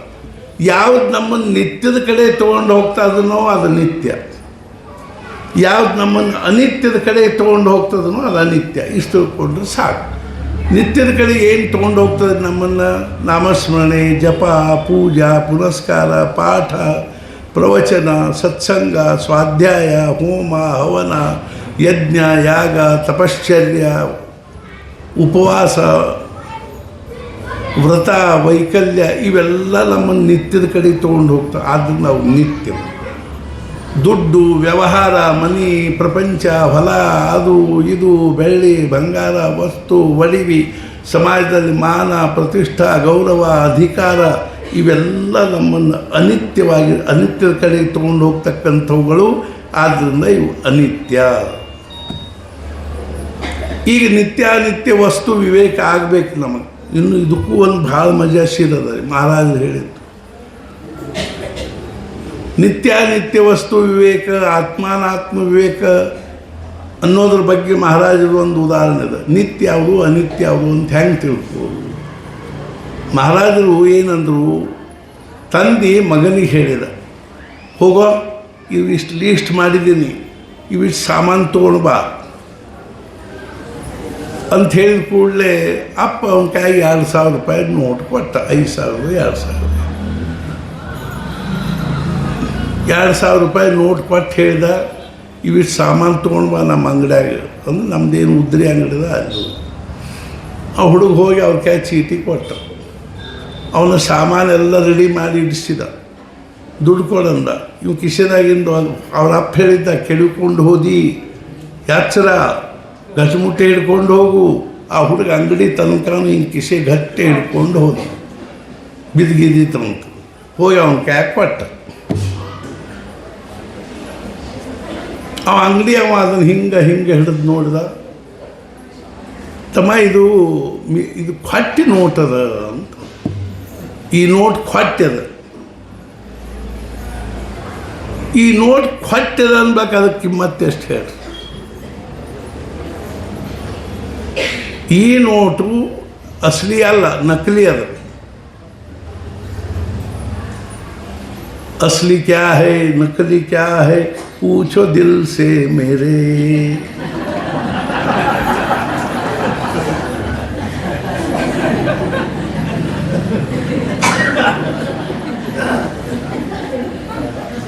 ಈ ನೋಟ್ ನಕಲಿ ಅದ ಅಂತೆ. ಅವ್ನು ತಿರುಗಿ ಮತ್ತೆ ಅಷ್ಟು ಗಟ್ಟಿ ಹಿಡ್ಕೊಂಡ್ಬರ್ತಾನೇನ್ರಿ, ಒಗದು ಬಿಡ್ತಾನೆ. 10 ಪೈಸೆ ಕಿಮ್ಮತ್ತಿಲ್ಲ ಅದಕ್ಕೆ. ಹೆಂಗೋ ಹಂಗೆ ಸತ್ಪುರುಷರು ಹೇಳಿದ್ರು, ಪ್ರಪಂಚ ಮಿಥ್ಯ ಅದ, ಕ್ವಾಟ್ಯದ, ನಕಲಿ ಅದ. ಒಬ್ಬರದೇ ಒಗದಿವೇನ್ರಿ? ಆ ಡೂಪ್ಲಿಕೇಟ್ ನೋಟ್ ಒಗದಂಗೆ ಒಬ್ಬರದೇ ಒಗದಿವೇನ್ರಿ? ಅಂದ್ರೆ ನಮ್ಮ ನಿತ್ಯಾನಿತ್ಯ ವಸ್ತು ವಿವೇಕಿಲ್ಲ. ಇಹಾಮೂತ್ರ ಫಲಭೋಗ ವಿರಾಗ. ಇಹ ಅಂದರೆ ಈ ಪ್ರಪಂಚದಾಗಿಂದು, ಅಮೂತ್ರದ ಸ್ವರ್ಗ ಇತ್ಯಾದಿ ಆ ಲೋಕದಾಗಿ. ಇವುಗಳ ವಿಷಯದಲ್ಲಿ, ಈ ಪ್ರಪಂಚದ ಸುಖಗಳ ವಿಷಯದಲ್ಲಿ ನಮಗೆ ಹೆಂಗೆ ಅನಿಸ್ಬೇಕು ಅಂದ್ರೆ ಕಾಕವಿಷ್ಠಾವತ್ ಅಂತ ಬರೀತಾರೆ.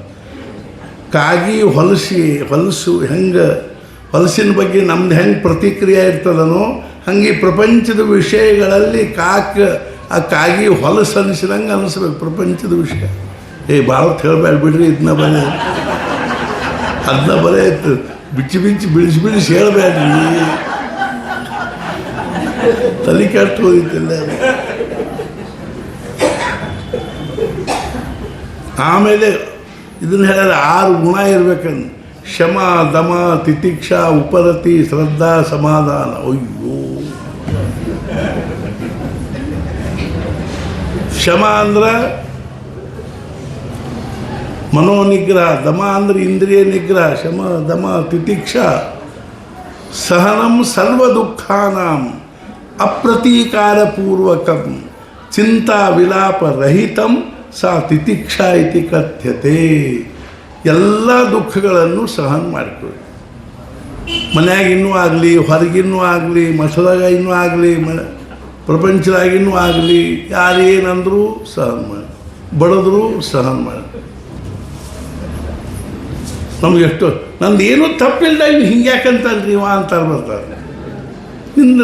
ನಿನ್ನೊಳಗೆ ಅವ್ನು ತಪ್ಪು ಕಂಡದಂತ ಹೊರದಾನ. ಮತ್ತು ಅವ್ನು ಹೇಳ್ತಾನೆ, ನಮ್ಮ ಬೆನ್ನು ನಮಗೆ ಕಾಣಿಸಂಗಿಲ್ಲ ರೀ ಅಂತಾವ. ಅದು ನಮ್ಮ ದೋಷ ನಮಗೆ ಕಾಣಿಸಂಗಿಲ್ಲ ಅಂತ. ಏನೇ ಇರ್ಬೋದು.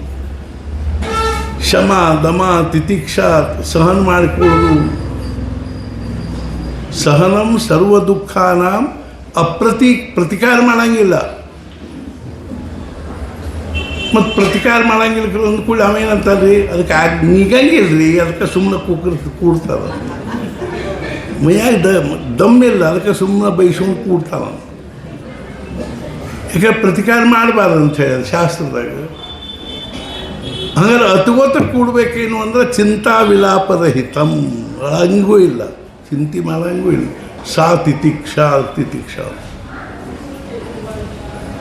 ಉಪರತಿ ಅಲಂ ಬುದ್ಧಿ. ಸಾಕ್ಪಾಯಿ ಪ್ರಪಂಚದ ವಿಷಯ ನಾವು ಅನುಭವಿಸಿದ್ವಿ ಇಲ್ಲೋ. 25 ವರ್ಷ ಆಯಿತು ಪ್ರಪಂಚದಲ್ಲಿ, ಅರ್ಥಾತ್ ಗೃಹಸ್ಥಾಶ್ರಮದಲ್ಲಿ ಇದ್ಕೊಂಡು ಮದುವೆ ಮಾಡಿಕೊಂಡು ಸಾಕಿನ್ನು ಈ ಪ್ರಪಂಚದ ವಿಷಯ ಅಂತ ಅನ್ನಿಸ್ಬೇಕು. ಇನ್ನೊಂದು 5 ವರ್ಷ ತೋಡ್ರಿ, ಯಾರು ಬೆಳೆದಂಥದ್ದು.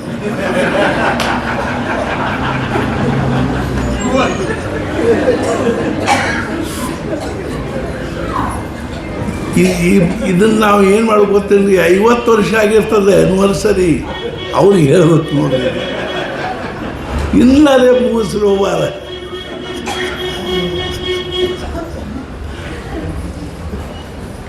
ಉಪರತಿ ಶ್ರದ್ಧಾವೆ, ಸಾಧು ಸತ್ಪುರುಷರ ಶಬ್ದಗಳಲ್ಲಿ ಶ್ರದ್ಧಾವೆ, ಶಾಸ್ತ್ರಗಳಲ್ಲಿ ವೇದಗಳಲ್ಲಿ ಸಾಧು ಸಂತರಲ್ಲಿ ಶ್ರದ್ಧಾವೆ. ಸಮಾಧಾನ. ಇಷ್ಟಾದ ಬಳಿಕ ವೇದಾಂತದ ಬಗ್ಗೆ ಜಿಜ್ಞಾಸ ಮಾಡ್ಬೇಕು.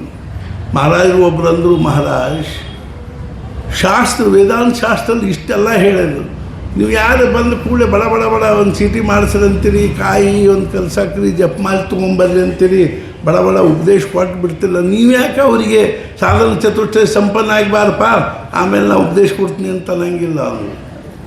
ಮಹಾರಾಜರಂದರು ಏನಿಲ್ದ ಕೊಟ್ಟರು ತಗೋವಲ್ರಿ ಯಾರು.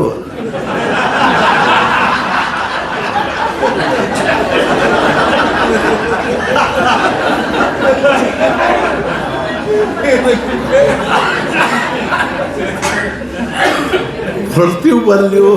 ದ.ರಾ. ಬೇಂದ್ರೆ ಅವರು ಮಹಾರಾಜರ ಧಾರವಾಡಕ್ಕೆ ಬಂದಾಗ ದ.ರಾ. ಬೇಂದ್ರೆ ಅವ್ರ ತಾಯಿ ದ.ರಾ. ಬೇಂದ್ರೆ ಅವ್ರನ್ನ ಕರ್ಕೊಂಡು ಅವ್ರು ಕುದುರೆ ಬೆನ್ನು ಹತ್ತಿ ಹೊಂಟಿದ್ರು. ಚಕಡಿ ಬೆನ್ನು ಹತ್ತಿ ನನಗೆ ಉಪದೇಶ ಕೊಡ್ರಿ ಅಂತ ಅವರೇ ಹೇಳಿದ್ದು. ಅವ್ರ ಮನೆಗೆ ಹೋದಾಗ ದ.ರಾ. ಬೇಂದ್ರನೇ ಹೇಳಿದ್ದರು.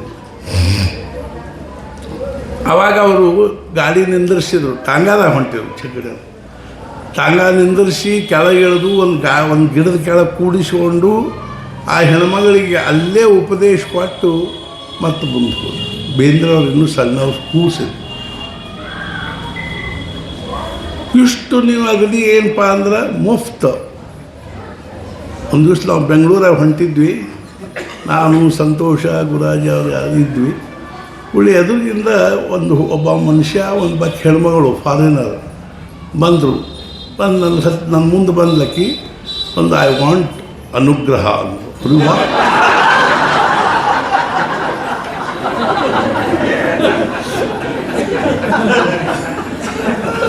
ಆಕೆ ಎಲ್ಲಿ ಶಬ್ದ ಕೇಳಿದ್ದು ಗೊತ್ತಿಲ್ಲ. ಐ ವಾಂಟ್ ಅನುಗ್ರಹ ಅಂದು ಕಮ್ ನಿಯರ್ ಅಂತಂದು ಆಕೆಗೆ ಕಮ್ ನಿಯರ್ ಅಂತಂದು ಕೂಡಿ ಬಂದು ಅಲ್ಲೇ ಆಕೆ ಮಾರಿ ತಲೆ ಮೇಲೆ ಒಂದು ಉಪಲ್ನ ಹಾಕಿ ಉಪದೇಶ ಮಾಡಿ, ಎಸ್ ಯು ಮೇ ಗೋ. ಒಂದು ಮಾಲಿ ಕೊಡಂದು. ಮತ್ತು ಗುರಾಜಿಗೂ ಹೇಳಿದೆ, ಒಂದು ಮಾಲಿ ಇದ್ದು ನೋಡಪ್ಪ ಕೊಟ್ಬಿಡಪ್ಪ ಅಂದ್ಕೂಡ ಥ್ಯಾಂಕ್ ಯು ಅಂದು. ಇಷ್ಟು ಈಜಿ ಇರ್ಬೇಕ್ರಿ ಅದ.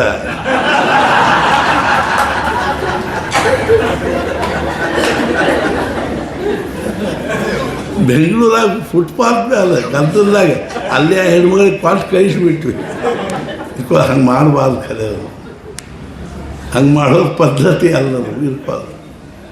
ಆಕೆಗೂ ಗೊತ್ತಿಲ್ಲ, ನಮಗೂ ಗೊತ್ತಿಲ್ಲ ಉಪದೇಶ ಅಂದರೆ ಏನು.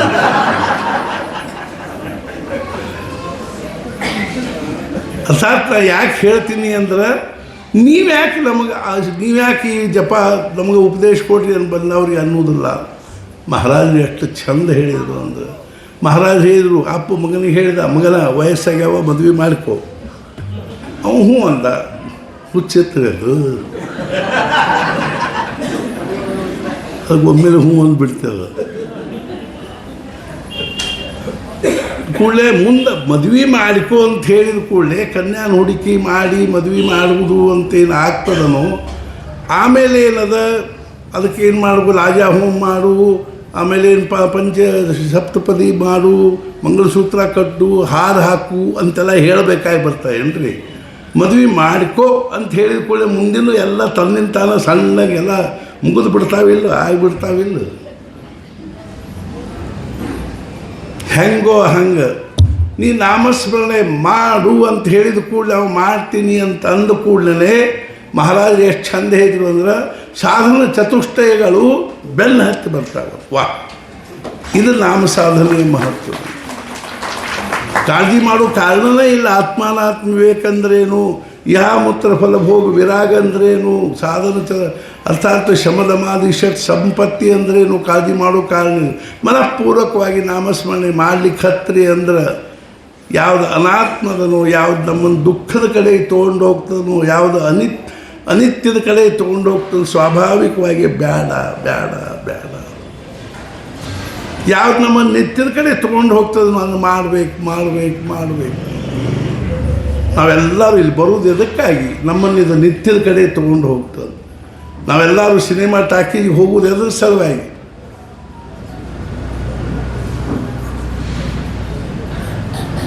ನಮ್ಮನ್ನು ಅನಿತ್ಯದ ಕಡೆಗೆ ಒಯ್ತದಂದು ಗೊತ್ತಿದ್ರೂ ನಾವು ಅರ್ಥಾಗಿ ಹೋಗ್ತೀವಿ. ಪ್ರಪಂಚದ ಕಡೆಗೆ ನಾವು ಆಕರ್ಷಣೆ ಆಗೋದು ಅಂದ್ರೆ ಅನಿತ್ಯದ ಕಡೆಗೆ ಹೋದಂಗೆ. ಆದರೆ ಇದು ಸ್ವಲ್ಪ ಹೊರಗಿನಿಂದ ನೋಡ್ಲಿಕ್ಕೆ ಇದು ಇಲ್ಲರಿ, ಇಲ್ಲಿ ಆಕರ್ಷಣೆ ಇಲ್ಲಿ. ಆರಾಧ ಹೇಳಿದ್ರು ಒಂದು ಸ್ಟೇಷನ್ ಮೇಲೆ 2 ಟ್ರೈನ್ ನಿಂತಾವೆ. ಒಂದು ಟ್ರೈನ್ ಉತ್ತರಕ್ಕೆ ಮಾಡಿ ನಿಂತದ, ಒಂದು ಟ್ರೈನ್ ದಕ್ಷಿಣಕ್ಕೆ. ಯಾವ ಟ್ರೈನ್ ದಕ್ಷಿಣಕ್ಕೆ ಮುಖ ಮಾಡಿ ನಿಂತದನೋ ಅದೇನು ಜಗಮಗ ಜಗಮಗ ಜಗಮಗ ಅದ. ಆ ಸ್ಟೇಷನ್ನಾಗ ಒಂದೇ ಟಿಕೆಟ್ ಸಿಗ್ತದೆ. ಯಾರು ಹೋದರು ಆನಂದಕ್ಕೆ ಒಂದು ಟಿಕೆಟ್ ಕೊಡ್ರಿ, ಆನಂದಕ್ಕೆ ಒಂದು ಟಿಕೆಟ್ ಕೊಡ್ರಿ, ಸಮಾಧಾನಕ್ಕೆ ಒಂದು ಟಿಕೆಟು, ಶಾಂತಿಗೆ ಒಂದು ಟಿಕೆಟು, ಬೇರೆ ಟಿಕೆಟ್ ಇಲ್ಲ. ಶಾಂತಿ, ಸಮಾಧಾನ, ಆನಂದ, ತೃಪ್ತಿ, ಸಂತೋಷ ಇಷ್ಟಾಗಿ ಒಬ್ಬ ಮುದುಕ ಪ್ಲಾಟ್ಫಾರ್ಮ್ ಮೇಲೆ ನಿಂತು ಅದರಲ್ಲಿ ಕತ್ತಾರ. ಉತ್ತರ ಕಡೆ ಬಾರಿ ಮಾಡಿ ನಿಂತಿರೋ ಟ್ರೈನ್ಯಾಗ ಏನೂ ಇಲ್ಲರಿ, ಕಟ್ಗೆ ಸೀಟ್ ಅವ, ಅಲ್ಲೆಲ್ಲೆಲ್ಲೆಲ್ಲಿ ಒಂದು 0 ಬಲ್ಬ್ ಅವ. ಈ ದಕ್ಷಿಣಕ್ಕೆ ಮಾಡಿ ನಿಂತಿರೋ ಟ್ರೈನ್ಯಾಗ ಅಲ್ಲೆಲ್ಲಿ ಏನು ಎಷ್ಟು ಲೈಟು, ಎಷ್ಟು ಜಗಮಗ, ಅಲ್ಲೊಂದು ಟಿ ವಿ ಇಟ್ಟ ಹಚ್ಚಾರ. ಆಮೇಲೆ ಏನು ಅಲ್ಲಿ ಚಾಕ್ಲೇಟು ಪೇಪರ್ಮೆಂಟು ಕೊಡೋರು ಅಡ್ಡಾಡ್ಲಿಕ್ಕೆ ಹತ್ಯಾರ. ಈ ಉತ್ತರಕ್ಕೆ ಬಾರಿ ಮಾಡಿ ನಿಂತಿರೋ ಟ್ರೈನ್ಯಾಗ ಇನ್ನೊಂದು ಭಾಳ ತಾಪದಾಯಕ ಅದ ವಿಷಯ ಏನು ಅಂದ್ರೆ, ಪ್ರತಿಯೊಂದು ಸೀಟಿಗೆ ಒಂದೊಂದು ಜಪಮಾಲಿ ಹಾಕ್ಯಾರ.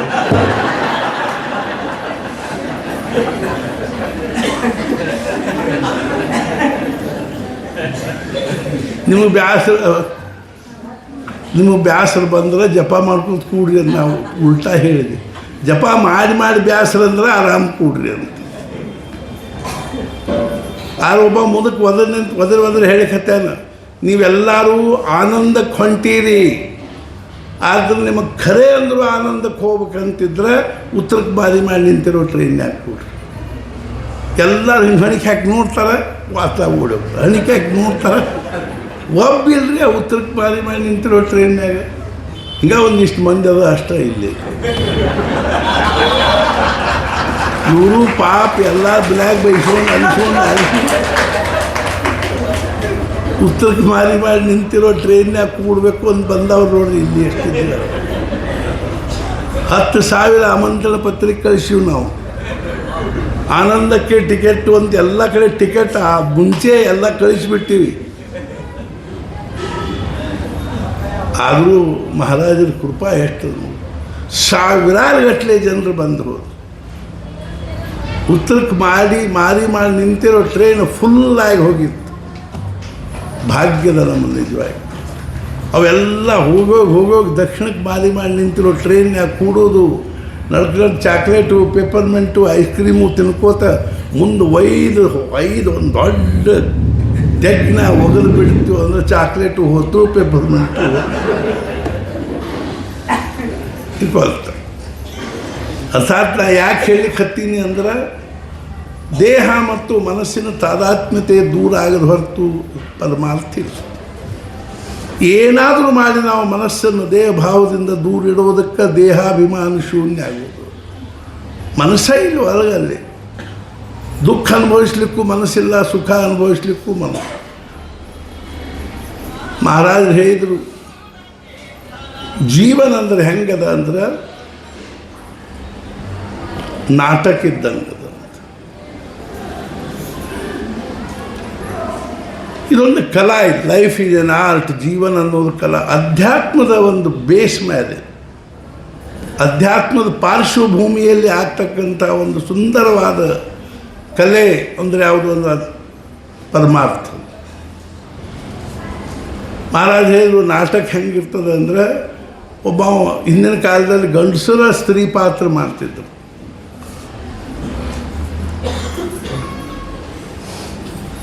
ಗಂಡಸರು ಸ್ತ್ರೀ ಪಾತ್ರ ಮಾಡ್ತಿದ್ರು. ನಾವು ನೋಡಿ ಬಾಲಗಂಧರ್ವ ಏನಾಗ್ತಿದ್ದ ಅಂದರೆ ಎಂಥ ವಿಲಕ್ಷಣ ಪಾತ್ರ ಹಾಕೋತಿದ್ದ, ಧಾರಣೆ ಮಾಡ್ತಿದ್ದ ಅಂದರೆ ತದ್ರೂಪ ಹೆಣ್ಮಗಳು ಆಕಿ. ಅರ್ಥಾತ್ ಆ ಬಾಲಗಂಧರ್ವ ನೋವಾದಿ ಸೀರೆ ಉಟ್ಕೊಂಡು ನಿಂತ ಅಂದ್ರೆ ಅವು ಗಂಡಸು ಅಂತ ಯಾರಿಗೂ ಕಲ್ಪನಾ ಮಾಡಲಿಕ್ಕೆ ಶಕ್ತಿ. ನಮ್ಮಲ್ಲಿ ಈಗ ನೋವಾದಿ ಹುಟ್ಟಿದ್ರೆ ನೋಡು ಒಬ್ಬರಿಗಿಂತ ಒಬ್ಬರಿಗೆ.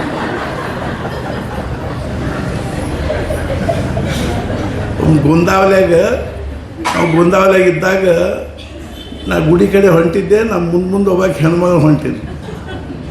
ಆಕಿ ಮುಂಬೈದಾಕಿ, ಮುಂಬೈ ಪುಣೆ ಎಲ್ಲಿ ಹಾಕಿದ್ಲಕ್ಕಿ. ಆಕಿ ನೋವಾರಿ ಉಟ್ಕೊಂಡು ಹೊಂಟಿದ್ವಿ. ಆಕೆ ಏನು ಮಾಡ್ಯಾಳ, ಸಹಾವಾರಿ ಉಟ್ಟಾಳ್ರಿ. ಊಟ ಮುಂದಿನ ನೀರಿಗಿರ್ತಾವಲ್ಲ ಅದಕ್ಕೊಂದು ಹಗ್ಗ ಕಟ್ಟಾಳ. ಆಮೇಲೆ ಸ್ವಂಟಕ್ಕೊಂದು ಹಗ್ಗ ಬೇಕೊಂಡಾಳ. ಆ ಹಿಂದಿಂದ ಹಗ್ಗ ಜಗ್ಗಿ ತೊಗೊಂಡು ಬಂದು ಆ ಸ್ವಂಟದ ಹಗ್ಗ ಕಟ್ಟಿಬಿಟ್ಟಾಳ. ಮುಂದಿನ ನೀರಿಗೆ ಎತ್ತಿ ತಂದು ಅದಕ್ಕೊಂದು ಹಗ್ಗ ಕಟ್ಟಿ ಸೊಂಟಕ್ಕೆ ಕಟ್ಕೊಂಡಿರೋ ಹಗ್ಗಕ್ಕೆ ಆ ಹಗ್ಗದ ಅಲ್ಲಿ ಪ್ರಯತ್ನ ಎಷ್ಟು ಮಾಡ್ಯಾಳ ನೋಡಿಲ್ಲ. ಆಕೆ ಮುಂದೆ ಹೊಂಟಿದ್ಲು. ನಾ ಅಡುಗೆ ಮನೆ ಸಿಂಧುತಾಯಿ ಹಿಳೆಯ ಅಂತ. ಯಾಕೆ ಬಗ किती छान नऊवारी कसे ಆಕೆ ತದ್ರೂಪ ಹೆಣ್ಮಗಳಾಗತ್ತೆ. ಆಮೇಲೆ ಆಕೆ ಪಾತ್ರನೂ ಇಷ್ಟು ಚಂದ ಮಾಡ್ತಿದ್ಲಲ್ಲ. ಆಕೆ ಅವು ಒಬ್ಬೊಬ್ಬ ಗಂಡಸರಿಗೆ ಹಾರ್ಮೋನ್ಸ್ ಅವು ಹೆಣ್ಮಕ್ಳಿಗತ್ತೆ ಇರ್ತಾವೆ. ಹೆಣ್ಮಕ್ಳು ಹಾರ್ಮೋನ್ಸ್ ಇರ್ತಾವೆ. ನಮ್ಮ ಊರಾಗ ಒಬ್ಬವ ಅವನು ಬೆಣ್ಣೆ ಮಾರ್ಕೋತ ಬರ್ತಿದ್ದವ. ಅವನ ಹೆಸರು ಮುಸಲ್ಮಾನ್ರವ, ಮೋದಿ ಸಾಬು ಅಂತೇನೋ ಇದ್ದ. ಅವ ಅಗ್ದಿ ಡಬ್ಬಿ ಹಿಡ್ಕೊಂಡು, ಮಾಸ್ತರ ಬೆಣ್ಣೆ ಬೇಕೇನ್ರಿ ನಿಮಗೆ?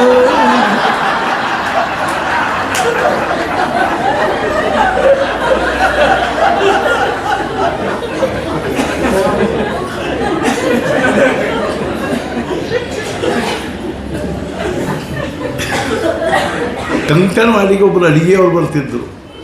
ಅವ್ರು ಹಿಂಗೆ ನಡಕ್ಕೆ ಬಡಿಸು ಊಟಕ್ಕೆ ಕೂತಿರ್ತಿದ್ವಿ. ಅವ್ರು ಬಂದಾಗ ಅವಧೂತ್ರೆ ನಿಮ್ಗೊಂದು ಚಟ್ನಿ ಮಾಡ್ಕೊಂಡ್ಬಂದೀನಿ.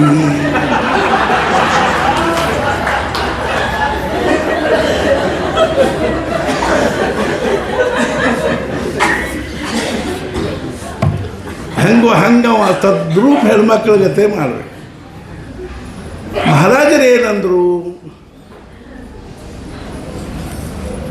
ಪುಣೆದಾಗ ಒಂದು ತುಕಾರಾಮದ ನಾಟಕ ಆದಾಗ ಛತ್ರಪತಿ ಶಿವಾಜಿ ಮುತ್ತು ರತ್ನ ವಜ್ರ ವೈಡೂರ್ಯ ಕೊಡ್ತಾನೆ ನೋಡ್ರಿ, ಕಳಿಸ್ಕೊಡ್ತಾನೆ. ಅವಾಗ ಅವನ ಹೆಂಡತಿಗೆ ಸಂತೋಷ ವ್ಯಕ್ತ ಮಾಡಬೇಕಾಯ್ತು. ಅವನು ಗಂಡಸ, ತುಕಾರಾಮರ ಹೆಂಡತಿ ಆದವನು ಗಂಡಸ ಇದ್ದ. ಅವೆಲ್ಲ ವಜ್ರ ವೈಡೂರ್ಯ ಅವೆಲ್ಲ ಏನು ಡೂಪ್ಲಿಕೇಟ್ ಇರ್ತಾವಲ್ಲ ಪ್ಯಾಟ್ಯಾಗ, 12ನೇಕೊಂದು 8ನೇಕೊಂದು ಅಂಥವೆಲ್ಲ. ಅದನ್ನು ನೋಡಿ ಸಂತೋಷ ವ್ಯಕ್ತ ಮಾಡಬೇಕಾಯ್ತು. ಅವನು ಸಂತೋಷ ವ್ಯಕ್ತ ಮಾಡಲಿಕ್ಕೆ ಹೋಗಿ ಎಷ್ಟರೇ ಅವನು ಸಂತೋಷ ವ್ಯಕ್ತ ಮಾಡಲಿಕ್ಕೆ ಹೋದಾದ್ರೆ ಹಾಸ್ಪಿಟಲಾಗಿ ಅಲ್ಲೇ ಬಿದ್ದ. ಆ ಭಾವ ನೋಡಿ ಎಷ್ಟು ತಾದಾತ್ಮ್ಯ ಆಗ್ತಾರೆ. ಆ ಭಾವ ಹೆಂಗೋ ಹಂಗೆ ಇವನು ಸಹಿತ ಆ ಭಾವದ ಜೊತೆ ತಾದಾತ್ಮ್ಯ ಆದರೂ ಸಹಿತ ಮಹಾರಾಜರೇನೆಂದರು, ಅವನ ಮನಸ್ಸಿನ ನಾನು ಗಂಡಸು ಅನ್ನೋದನ್ನು ಒಂದು ಸೆಕೆಂಡಲ್ಲೇ ಮರೀಲಿಕ್ಕೆ ಶಕ್ಯದ ಇಲ್ಲ. ಶಕ್ಯನೇ ಇಲ್ಲ. ಹೆಂಗೋ ಹಂಗೆ ನಾವು ಪ್ರಪಂಚದ ಭಗವಂತ ಇದ್ರ ಬಗ್ಗೆ ಇನ್ನೊಂದು ಚೂರು ಬೇರೆ ಹೇಳ್ತೆ. ಒಂದು ಉದಾಹರಣೆ ಹೇಳ್ತೆ. ಒಬ್ಬರು ಮಹಾರಾಜರ ಕಡೆಗೆ ಬಂದರು. ಮಹಾರಾಜರ ಕಡೆಗೆ ಬಂದು ಏನಂದರು, ಮಹಾರಾಜ್ ನಿರ್ಗುಣ ನಿರಾಕಾರನಾಗಿರ್ತಕ್ಕಂಥ ಭಗವಂತ ಈ ಅರ್ಥಾತ್ ಏನು ಅಂದರೆ ಈ ಪ್ರಪಂಚದಲ್ಲಿ ಹೆಂಗೆ ವ್ಯವಹರಿಸ್ತಾನ ಅಂತ. ಅವರು ಮರಾಠಿ ಪುಸ್ತಕವನ್ನು, ಪ್ರವಚನ ಪುಸ್ತಕ ಹಿಂದಿಯಲ್ಲಿ ಮಾಡ್ಯಾರ. ಆವಾಗ ಮಹಾರಾಜರನ್ನು ನೀವು ಏನು ಮಾಡ್ತೀರಿ ಅಂತ. ಅದಕ್ಕೆ ಅವರು ಅಂದರು, ನಾನು ಸಿನಿಮಾದ ಕಥೆ ಬರೀತೀನಿ ಅಂತ.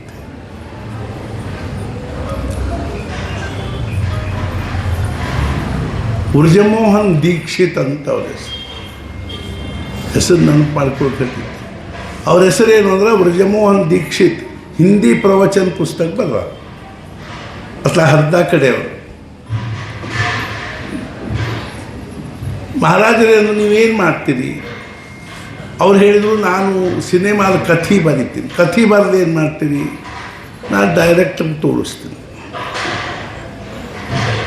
ಆ ಡೈರೆಕ್ಟರ್ ಹ್ಞೂ ಅಂದಾಗ ಪ್ರೊಡ್ಯೂಸರಿಗೆ ಹೇಳಿದ್ರು, ಅಡ್ಡಿ ಇಲ್ಲರಿ ಕಥೆ ಮಾಡಲಿಕ್ಕೆ ಅಡ್ಡಿ ಇಲ್ಲ, ಆಯಿತು ಮಾಡಿರಿ. ಸಿನಿಮಾ ಶೂಟಿಂಗ್ ಶುರುವಾಗ್ತದೆ. ಶೂಟಿಂಗ್ ಆಗಿ ಸಿನಿಮಾ ತಯಾರಾಗ್ತದೆ. ಸ್ಕ್ರೀನ್ ಮೇಲೆ ನಾವು ನೋಡ್ಲಿಕ್ಕೆ ಹತ್ತೀವಿ. ನೋಡೋರಲ್ಲಿ ಎರಡು ಪ್ರಕಾರ. ಒಬ್ಬರು ಬರೇ ಕಥೆ ನೋಡ್ಕೋತ ಹೋಗ್ತಾರೆ. ಈ ಸೀರಿಯಲ್ ನೋಡ್ತಿರ್ತಾರೆ, ಬರೇ ಕಥೆ ನೋಡ್ಕೋತ ಹೋಗ್ತಿರ್ತಾರೆ. ಸೀರಿಯಲ್ ಕನ್ನಡದಾಗ ಏನು ಶಬ್ದ ಗೊತ್ತೇನು? ಒಂದು ದಿವಸ ಬೆಂಗಳೂರಾಗ ಕೂತಿದ್ವಿ. ಅಲ್ಲಿ ನಮ್ಮ ಇವ್ರ ಮನೆ, ಬೆಳುಬ್ಬಿ ಅವ್ರ ಮನೆಯಾಗಲಿ ಹೆಣ್ಮಕ್ಳೆಲ್ಲರೂ ಊಟಕ್ಕೆ ಕೂತಿದ್ರು. ಸಿನಿಮಾದಲ್ಲಿ ಟಿ ವಿ ಅವ್ರ ಸೀರಿಯಲ್ ಹತ್ತಿತ್ತು. ನಾನು ಕೂತಿದ್ದೆ. ಅವಾಗ ನಾನು ಸಹಜ ಕೇಳಿ, ಸೀರಿಯಲ್ ಕನ್ನಡದಾಗ ಏನಂತಾರೆ ಗೊತ್ತೇನು? ಇಲ್ರಿ, ಮನೆ ಮನೆಯ ಗೋಳು ಅಂತ.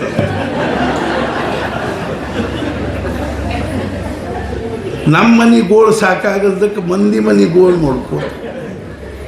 ಅವ ಹಂಗೆ ಮಾಡಿದ, ಆಕೆ ಹಿಂಗೆ ಮಾಡಿದ್ದು, ಅದಕ್ಕೆ ಅವ ಹಿಂಗೆ ಮಾಡಿದ. ನಾವು ನೋಡ್ತೀವಿ ಸಿನಿಮಾ. ನೋಡೋದ್ರೆ ಎರಡು ಪ್ರಕಾರ. ಒಬ್ಬರು ಕಥೆ ನೋಡ್ತಾರೆ ಬರೀ, ಇನ್ನೊಬ್ರು ಡೈರೆಕ್ಷನ್ ನೋಡ್ತಾರೆ. ನಾವು ಎಷ್ಟೋ ಸಿನಿಮಾದ ಬಗ್ಗೆ ಹೇಳ್ತೀವಿ, ಡೈರೆಕ್ಷನ್ ತಪ್ಪೇದು ನೋಡ್ರಿ ಅಂತ. ಮೊನ್ನೆ ಯಾವುದೋ ಒಂದು ಸಿನಿಮಾದ ಬಗ್ಗೆ ಹೇಳಿದ್ವಿ, ಡೈರೆಕ್ಷನ್ ತಪ್ಪೇದು.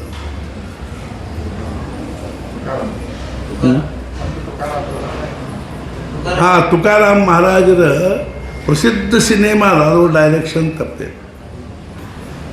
ನಾನು ಸೂಕ್ಷ್ಮವಾಗಿ ನೋಡಿ ಹೇಳಿದ್ದೆ.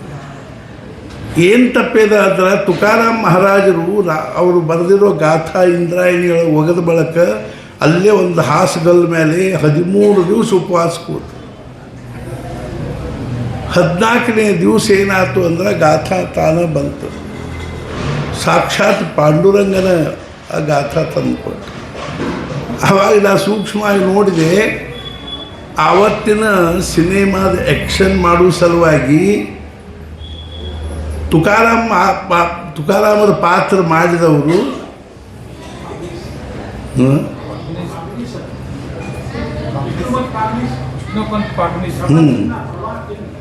ಅವರು ಅವತ್ತ ಶೇವಿಂಗ್ ಮಾಡ್ಕೊಂಡು ಬಂದಿತ್ತು. ಈ ಗಂಡಸರು ಮಾರಿ ಮೇಲೆ 13 ದಿವಸ ಶೇವಿಂಗ್ ಮಾಡಿಕೊಂಡಿರದೇ ಇದ್ರೆ ಸ್ವಲ್ಪರೇ ಮಾರಿ ಮೇಲೆ ಕೂದಲು ಕಾಣಿಸ್ಬೇಕಿಲ್ಲ. 13 ದಿವಸ ಆ ಕಲ್ಲು ಮೇಲೆ ಕೂತವರು 14ನೇ ದಿವಸ ಶೇವಿಂಗ್ ಮಾಡ್ಕೊಂಡು ಹೆಂಗೆ ಬಂದರು?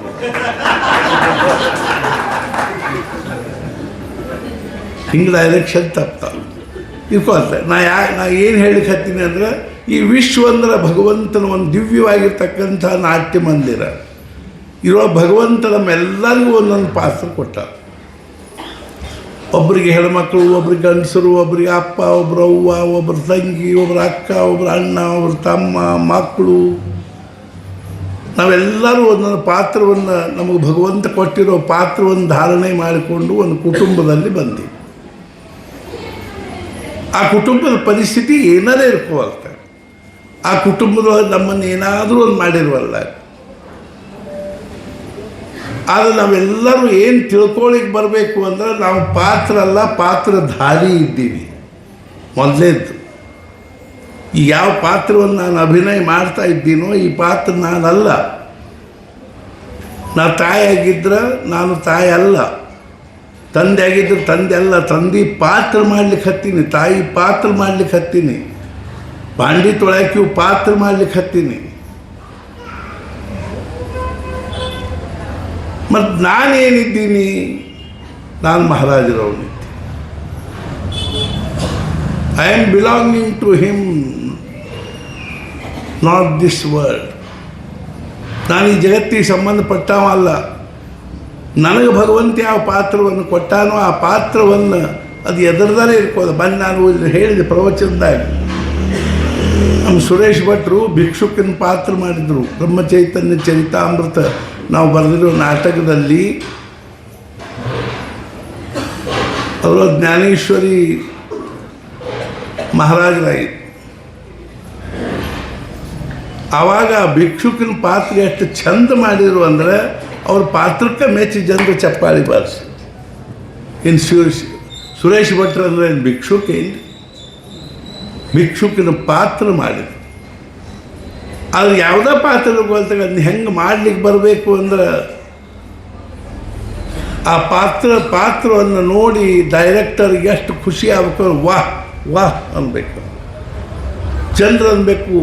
ಅವ್ರು ಎಷ್ಟೋ ಪಾತ್ರಗಳು ನೋಡಿ ಜನರು ದುಡ್ಡು ಹೋಗಿದ್ದಾರೆ ಆ ಪಾತ್ರಕ್ಕೆ. ಆಮೇಲೆ 100-200 ರೂಪಾಯಿ ನಮ್ಮದು ಒಂದು ಇದು ಅಂತ ಕೊಡ್ತಾರೆ. ಆದರೆ ಒಳಗಿನಿಂದ ಮನುಷ್ಯನಿಗೆ ಸ್ತ್ರೀ ಪಾತ್ರ ಧಾರಣೆ ಮಾಡಿರೋ ಮನುಷ್ಯನಿಗೆ ನಾನು ಪುರುಷ ಇದ್ದೀನಿ ಅನ್ನೋದನ್ನ ಹೆಂಗೆ ಒಂದು ಕ್ಷಣ ಮರೀಲಿಕ್ಕೆ ಶಕ್ಯ ಇಲ್ಲೋ ಹಂಗೆ 24 ತಾಸು ನಮ್ಮ ಲಕ್ಷ್ಯ ಎತ್ತಲಾಗಿರಬೇಕು ಅಂದರೆ ನಾನು ಈ ಪಾತ್ರ ಅಲ್ಲ, ಪಾತ್ರಧಾರಿ ಇದ್ದೀನಿ, ನಾನು ಮಹಾರಾಜರವನಿದ್ದೀನಿ. ಮಹಾರಾಜರು ಹೇಳಿದರು ಪರಮಾರ್ಥವನ್ನು ಹೆಂಗೆ ಮಾಡಬೇಕು ಅಂದ್ರೆ ವಕೀಲರು ವಕೀಲಿ ಹೆಂಗೆ ಮಾಡ್ತಾರೋ ಹಂಗೆ ಮಾಡಿ.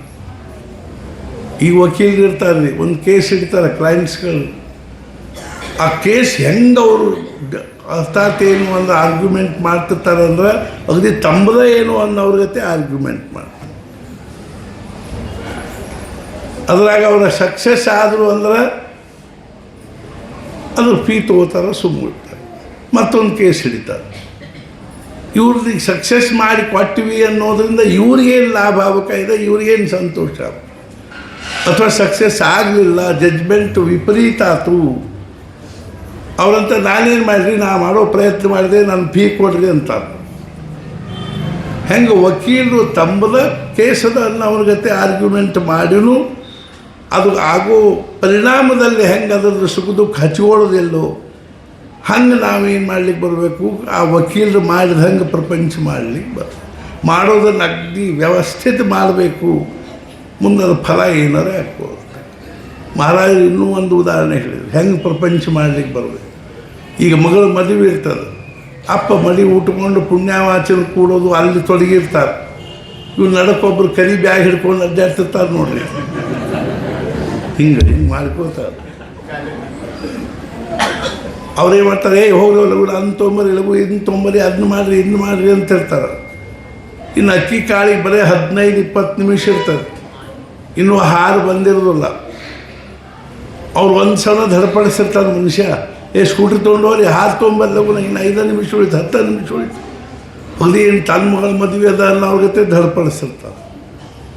ಇವ ಅಪ್ಪ ಇವಾಗ ಮದಿ ಉಟ್ಕೊಂಡು ಪುಣ್ಯಾವಚನ ಕೂತ್ಕೊಂಡು ಅಲ್ಲೇ ಕೂತಿರ್ತಾರೆ, ನೀವು ಬರೀ ಚರ್ಪಡಿಸ್ತಿರ್ತಾರೆ, ಇನ್ನೂ ಹಾರು ಬಂದಿಲ್ಲ, ಇನ್ನೂ ಅದಕ್ಕೆ ಮಹಾರಾಜರು ಏನು ಈ ಹಾರು ಬರಲಿಲ್ಲ ಅಂತ ತಿಳ್ಕೊಂಡು ನಾವು ಧರ್ಪಡಿಸೋ ಏನಂತಾರೆ, ಅಲ್ಲೇ ಒಂದು ಮರದ ಮಾಲಿ ತೊಗೊಂಡು ಹಾಕಿ ಮುಗಿಸ್ಬಿಟ್ರಿ ಓ ಅಂತ ಅಪ್ಪ ಅಂತ. ನಾವು ಹಾರು ಬಂದೇ ಇಲ್ರಿ ಕಡೆ. ಚಡಪಡಿಕೆ ಯಾರಿಗೆ ಆಗ್ತದೆ, ಅಪ್ಪನಿಗೆ ಆಗ್ತದೆ. ಧಡಪಡಿಸೋ ಯಾರು ಅಂದ್ರೆ ಹಂಗೆ ನಡೀಕೆ ನಾವು ಹೆಂಗೋ ಹಂಗೆ ನಾವು ಪ್ರಪಂಚ ಧಡಪಡಿಸ್ಲಿಕ್ಕೆ ಬರಬೇಕೆ ಹೊರತು ಚಡಪಡಿಸ್ಲಿಕ್ಕೆ ಬರಬಾರ್ದು. ನಾವು ಬರೀ ಚಡಪಡಿಸ್ತೀವಿ, ಧಡಪಡ ಏನು ಆಗ್ತಿರೋದು ನಮ್ಮ ಕಡೆ. ಮತ್ತು ಇನ್ನೂ ಒಂದು ಮಾತು ಹೇಳ್ತೀನಿ, ಈ ಪ್ರಪಂಚದೊಳಗೆ ಯಾವುದೇ ಕಾರ್ಯ ಎಲ್ಲಿವರೆಗೂ ಹೊರಗಿನ ವಸ್ತು ವ್ಯಕ್ತಿ ಪರಿಸ್ಥಿತಿಯನ್ನು ಅವಲಂಬಿಸಿಕೊಂಡವ ನಾವು ಅಲ್ಲಿವರೆಗೂ ಅವು ಅರ್ಥಾತ್ ಏನು ಅಂದರೆ ಅವುಗಳಿಂದ ಉಂಟಾಗ್ತಕ್ಕಂಥ ಅನುಕೂಲತೆ ಪ್ರತಿಕೂಲತೆಗಳಲ್ಲಿ ನಾವು ನಮ್ಮ ಮನಸ್ಸನ್ನು ಉದ್ವಿಗ್ನ ಮಾಡಿಕೊಳ್ಳೋದನ್ನೇ ಸಮಾಧಾನದಲ್ಲಿದ್ದು ಮನಸ್ಸಿನೊಳಗೆ ಅಖಂಡ ನಾಮಸ್ಮರಣೆಯಲ್ಲಿರುವುದಕ್ಕೆ ಪರಮಾರ್ಥ ಅಂತಾರೆ. ನಾ ಯಾಕೆ ಹೇಳಲಿಕ್ಕೆ ಹತ್ತೀನಿ ಅಂದ್ರೆ ಅರ್ಥಾತ್ ಜೀವನವನ್ನು ಹಿಂಗೆ ನಮಗೆ ಬಾಳ್ಲಿಕ್ಕೆ ಬರೋದು. Life is an art. Maharaj ಹೇಳಿದ್ರು ಬೀಸು ಕಲ್ಲಿದ್ದಂಗೆ. ಮಹಾರಾಜ್ ಹೇಳಿದ್ರು ನಾವು ನಮ್ಮ ಮನಸ್ಸನ್ನು ಬೇರೆ ಮಾಡಿಕೊಳ್ಳಿಕ್ಕೆ ಅಭ್ಯಾಸ ಮಾಡಿ. ಈ ಇಲ್ಲಿ ತನಕ ಪ್ರಶ್ನೆ ಬಂದು ನಿಂತದ್ಲ ಏನು ಅಂದ್ರೆ ಬೇರೆ ಅಂದರೆ ಎದರೊಳಗೆ ಹಾಕಬೇಕು. ಈ ಬೇರೆ ಮಾಡೋದಕ್ಕೆ ಎರಡು ಪ್ರಕಾರವಲ್ಲ.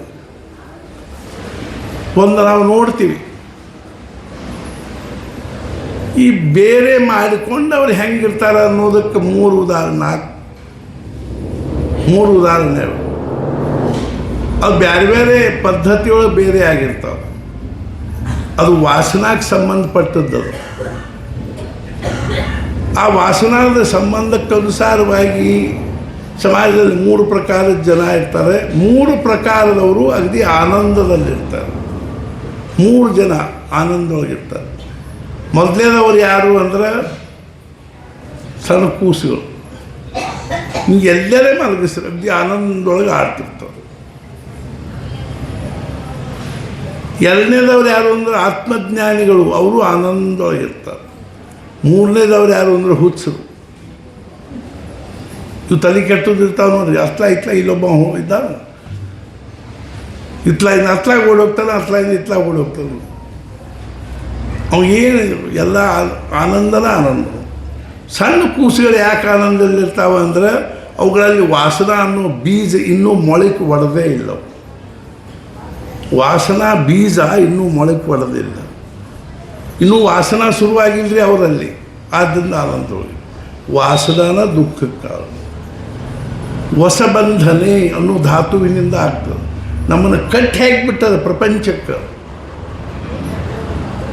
ಹೀಗಾಗಿ ನಿರಂತರ ನಮ್ಮದೇನದ ನಮ್ಮ ಲಕ್ಷ್ಯ ಆ ಪ್ರಪಂಚದ ಕಡೆಗಿದ್ದು ಅದರ ಬಗ್ಗೆ ಇರ್ತಕ್ಕಂಥ ಆಸಕ್ತಿ ಮೋಹ ವಾಸನಾದಿಂದ ನಿರಂತರ ಸುಖ ದುಃಖ ಅನುಭವಿಸ್ತಾ ಇರ್ತೀವಿ.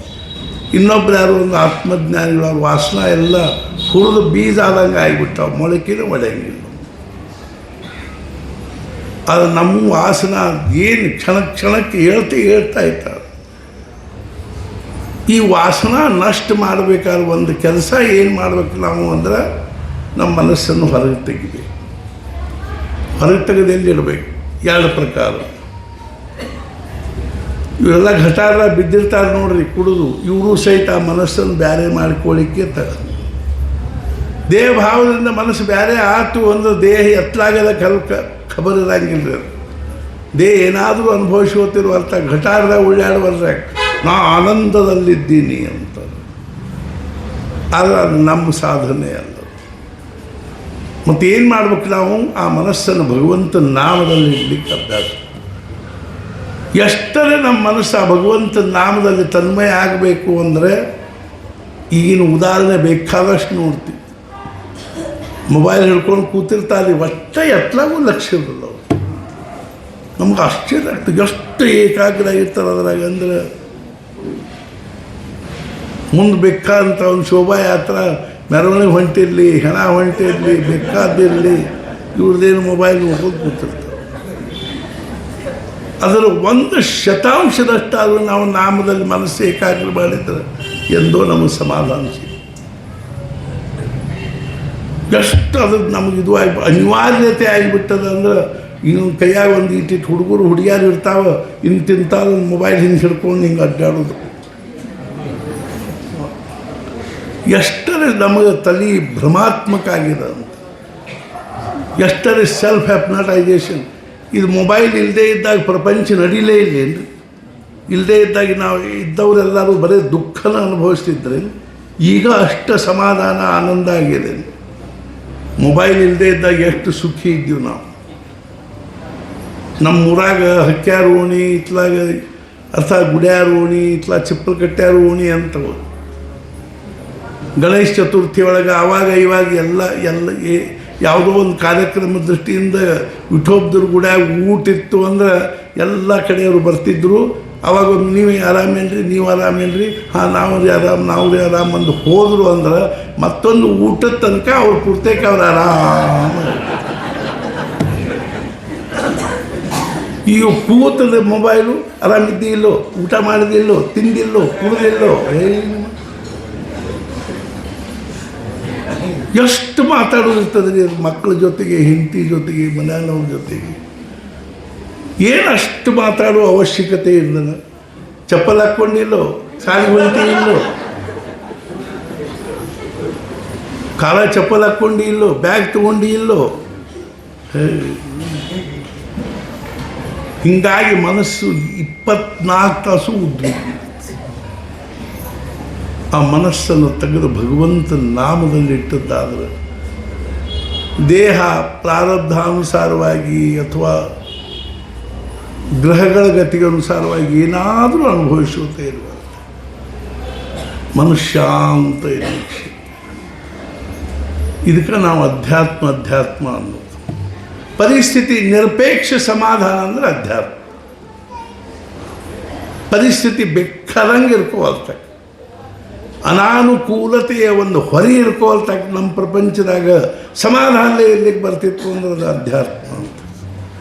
ಇದನ್ನು ಕಲಿಸೋರು ಯಾರು ಅಂದ್ರೆ ಸತ್ಪುರುಷ. ಇದು ಶಾಲೆ ಕಾಲೇಜುಗಳಿಗೆ ಕಲಿಯುವ ವಿದ್ಯೆ ಅಲ್ರಿ. ಆ ಫಿಲಾಸಫಿಗೆ ಸೈಕಾಲಜಿ ತೊಗೊಂಡೀವಿ, ನಿಮ್ಮದ ತಲೆ ಕೆಟ್ಟದ ಅಂತ ಅರ್ಥ. ಏನು ನಾವು ಸೈಕಾಲಜಿ ತೊಗೊಂಡು ಫಿಲಾಸಫಿ ಅಥವಾ MA PhD ಮಾಡಿದ್ವಿ ಅನ್ನೋ ಮಾತ್ರಕ್ಕೆ ನಮಗೆ ಸಮಾಧಾನ ಇದ್ರೆ ಅವ್ನು ಸೈಕಾಲಜಿ ತೊಗೊಂಡದ್ದು ಸಾರ್ಥಕ ಅಷ್ಟ ಅಲ್ರಿ, ಅವ್ನು ದೊಡ್ಡ ಸತ್ಪುರುಷ ಅಂತ. ಫಿಲಾಸಫಿ ಪ್ರೊಫೆಸರ್ಗಳು ನಿಶ್ಚಿಂತ ಇರ್ಲಿಕ್ಕೆ ಬರ್ತಿದ್ರೆ ಸುಮ್ಮನೆ ಅವರೆಲ್ಲರಿಗೂ ಏನದ ನಾವು ಕಪನಿ ಹಾಕಿ ಹಾರ ಹಾಕಿ ಆರತಿ ಮಾಡಲಿಕ್ಕೆ ಶುರು ಮಾಡಿಬಿಡ್ಬೇಕು. ಅದೇ ಬುದ್ಧಿಯಿಂದ ತಿಳ್ಕೊಳ್ಳೋ ವಿಷಯ ಅಲ್ರಿ. It is feeling is knowledge. ಅನುಭವಿಸ್ಲಿಕ್ಕೆ ಬರಬೇಕು. ಎಂಥ ಪ್ರತಿಕೂಲ ಪರಿಸ್ಥಿತಿಯಲ್ಲಿಯೂ ಶಾಂತ ಇರಲಿಕ್ಕೆ, ಸಮಾಧಾನಲೇ ಇರ್ಲಿಕ್ಕೆ ಬರಬೇಕು. ಇದು ಸಮಾಧಾನದ ಯೂನಿವರ್ಸಿಟಿ ಅದೇ. ಅವರ ಏನು ಅಂದ್ರೆ ವೈಸ್ ಚಾನ್ಸಲರ್ ಅಲ್ರಿ, ಚಾನ್ಸಲರ್ ಅವರು. ಈ ಸಮಾಧಾನ ಯೂನಿವರ್ಸಿಟಿ ಚಾನ್ಸಲರ್, ವೈಸ್ ಚಾನ್ಸಲರ್. ಸಮಾಧಾನ ಬೇಕು ಅಂದ್ರೆ ನಾವು ಸತ್ಪುರುಷರ ಸ್ಥಾನಕ್ಕೆ ಹೋಗಬೇಕು. ಹೆಬ್ಬಳ್ಳಿಗೆ ಬರಬೇಕು, ಗೋಂದಾವಲಿಗೆ ಹೋಗಬೇಕು, ಆಳಂದಿಗೆ ಹೋಗಬೇಕು, ದೇಹುಕ್ಕೆ ಹೋಗಬೇಕು, ಪೈಠಣಕ್ಕೆ ಹೋಗಬೇಕು. ಈ ಪ್ರಪಂಚದೊಳಗೆ ಸಮಾಧಾನ ಸಿಗಲಿಕ್ಕೆ ಶಕ್ತಿ ಇಲ್ಲ. ಈ ಜಗತ್ತಿನೊಳಗಿನ ಯಾವುದೇ ವಸ್ತು, ವ್ಯಕ್ತಿ, ಪರಿಸ್ಥಿತಿ ಸಮಾಧಾನದ ರಾ ಮಟೀರಿಯಲ್ ಅಲ್ಲ. ನಾವು ಇದರೊಳಗೆ ಏನು ಧಡಪಡಿಸಿದ್ರು ಸಮಾಧಾನ ಆಯ್ತು ಶಕ್ತಿ. ಎಲ್ಲರೂ ಅಪೂರ್ಣ ಅದ ರೀ. ದೇಹ ಅಪೂರ್ಣದ, ವಸ್ತುಗಳ ಅಪೂರ್ಣ, ವ್ಯಕ್ತಿಗಳ ಅಪೂರ್ಣ. ಒಂದು ಹುಡುಗಿ ವಿಚಾರ ಮಾಡ್ತಿರ್ತಾಳೆ, ಈ ಹುಡುಗನ ಮದುವೆ ಮಾಡಿಕೊಂಡೆ ಅಂದರೆ ನಾನು ಸುಖವಾಗಿರ್ತೀನಿ ಅಂದ್ರೆ ಆಕೆ ದುಃಖಿ ಇದ್ದಾಳೆ ಅಂತ ಸಿದ್ಧಾತಿಲ್ಲ. ಆ ಹುಡುಗ ಅನ್ಕೋತಿರ್ತಾನೇನೋ, ಈ ಹುಡುಗಿನ ಮದುವೆ ಮಾಡಿಕೊಂಡೆ ಅಂದ್ರೆ ನನಗೆ ಸುಖ ಆಗ್ತದೆ ಅಂದ್ರೆ ಅವನಿಗೂ ದುಃಖನ. ಇವು ಎರಡು ದುಃಖಿಗಳು ಒತ್ತಟ್ಟಿ ಸೇರಿ ಏನು ಸುಖ ಮಾಡಲಿಕ್ಕೆ ಶಕ್ತಿ? ಇನ್ನೊಂದು ದುಃಖ ನಿರ್ಮಾಣ ಮಾಡೋ ವಸ್ತು ನಿರ್ಮಾಣ ಆಯ್ತು ಅಂದ್ರೆ ಮೂರೂ ಕೂಡ ದುಃಖ ಅನ್ಬೋದು.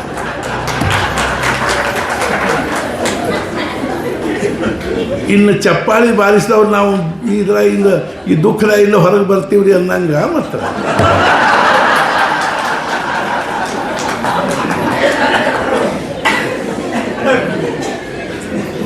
ವಸ್ತು, ವ್ಯಕ್ತಿ, ಪರಿಸ್ಥಿತಿ ನಿರಪೇಕ್ಷ ಸಮಾಧಾನ ಬೇಕು. ಬಸ್ ಇದೊಂದು ತಲೆಯಾಗಿಟ್ಟು ಕೃಷ್ಣನ ಕೇಳ, ಕೃಷ್ಣ ನಿನ್ನ ದೃಷ್ಟಿಯಲ್ಲಿ ಆದರ್ಶ ಪುರುಷನ ಲಕ್ಷಣ ಏನು? ಕೃಷ್ಣಂದ ನಿನ್ನ ದೃಷ್ಟಿಯಲ್ಲಿ ಆಗಲಿ ಏನು 18 ಅಧ್ಯಾಯ 700 ಶ್ಲೋಕ ಹೇಳಿದೆಯೋ ಇದರ ದೃಷ್ಟಿಯಲ್ಲೇ ಆಗಲಿ ನಮಗೇನು ಅನ್ನಿಸ್ತದೆ ಅಂದರೆ, ನಾವು ಭಗವದ್ಗೀತಾ ಇದ್ರೊಳಗೆ ಹೇಳಲಿಕ್ಕೆ ಹತ್ತೀವಿ. ಎಷ್ಟೋ ಮಂದಿ ಅದನ್ನು ಅವಾಗ ಅಂದವ್ರು ಯಾರೂ ಅಂದ್ಕೊಳಕ್ಕೆ ಹತ್ತಿಲ್ಲ ಅದನ್ನು. ಆದರೂ ಸಹಿತ ನಮ್ಮ ಕಳಕಳಿ ಏನದ ಅಂದ್ರೆ, ನಿಮ್ಗೆ ಯಾರಿಗಾದರೂ ಅರ್ಥಾತ್ ಭಗವದ್ಗೀತೆಯ ಒಂದು ಜಿಜ್ಞಾಸ ಇದ್ರೆ ಅಂಥ ಒಂದು ದಿವ್ಯ ಪುಸ್ತಕ ಗ್ರಂಥ 700 ಶ್ಲೋಕದ ಬರೀ ಜಗತ್ತಿನೊಳಗೆ ಎರಡನೇದು ಯಾವುದೂ ಇಲ್ಲ ಅಂಥೇಳಿ. ಅದ್ರ ಒಂದು 10 ಶ್ಲೋಕ ನನಗೆ ಓದಬೇಕು, ಕಲ್ಕೋಬೇಕು, ತಿಳ್ಕೋಬೇಕಂತದ ರೀ. ಅದಕ್ಕೆ ನಾನು ನಿಮ್ಮ ಕಡೆಗೆ ಬಂದೀನಿ ಅಂತ ಬಂದವರಿಗೆ ನಾನು ಹಗಲಿರಲಿ ರಾತ್ರಿ ಇರಲಿ ಅದ್ರ ಬಗ್ಗೆ ನಾವು ಚಿಂತನೆ ಮಾಡಲಿಕ್ಕೆ ನಮಗೆ ಸಂತೋಷ ಅನ್ನಿಸ್ತದೆ. ನಿಮ್ಗೆ ಏನಿದ್ರು ಆನ್ಲೈನ್ ನೋಡ್ರಿ, ನಾವು ತಲೆ ಜಾಸ್ತಿ ಕಪಾಳಿ ಹೊಡಿಬೇಕಾದ್ರೆ ಆನ್ಲೈನ್ ಮೇಲೆ ಹೆಂಗೆ ಹೊಡಿಬೇಕು ನಾವು?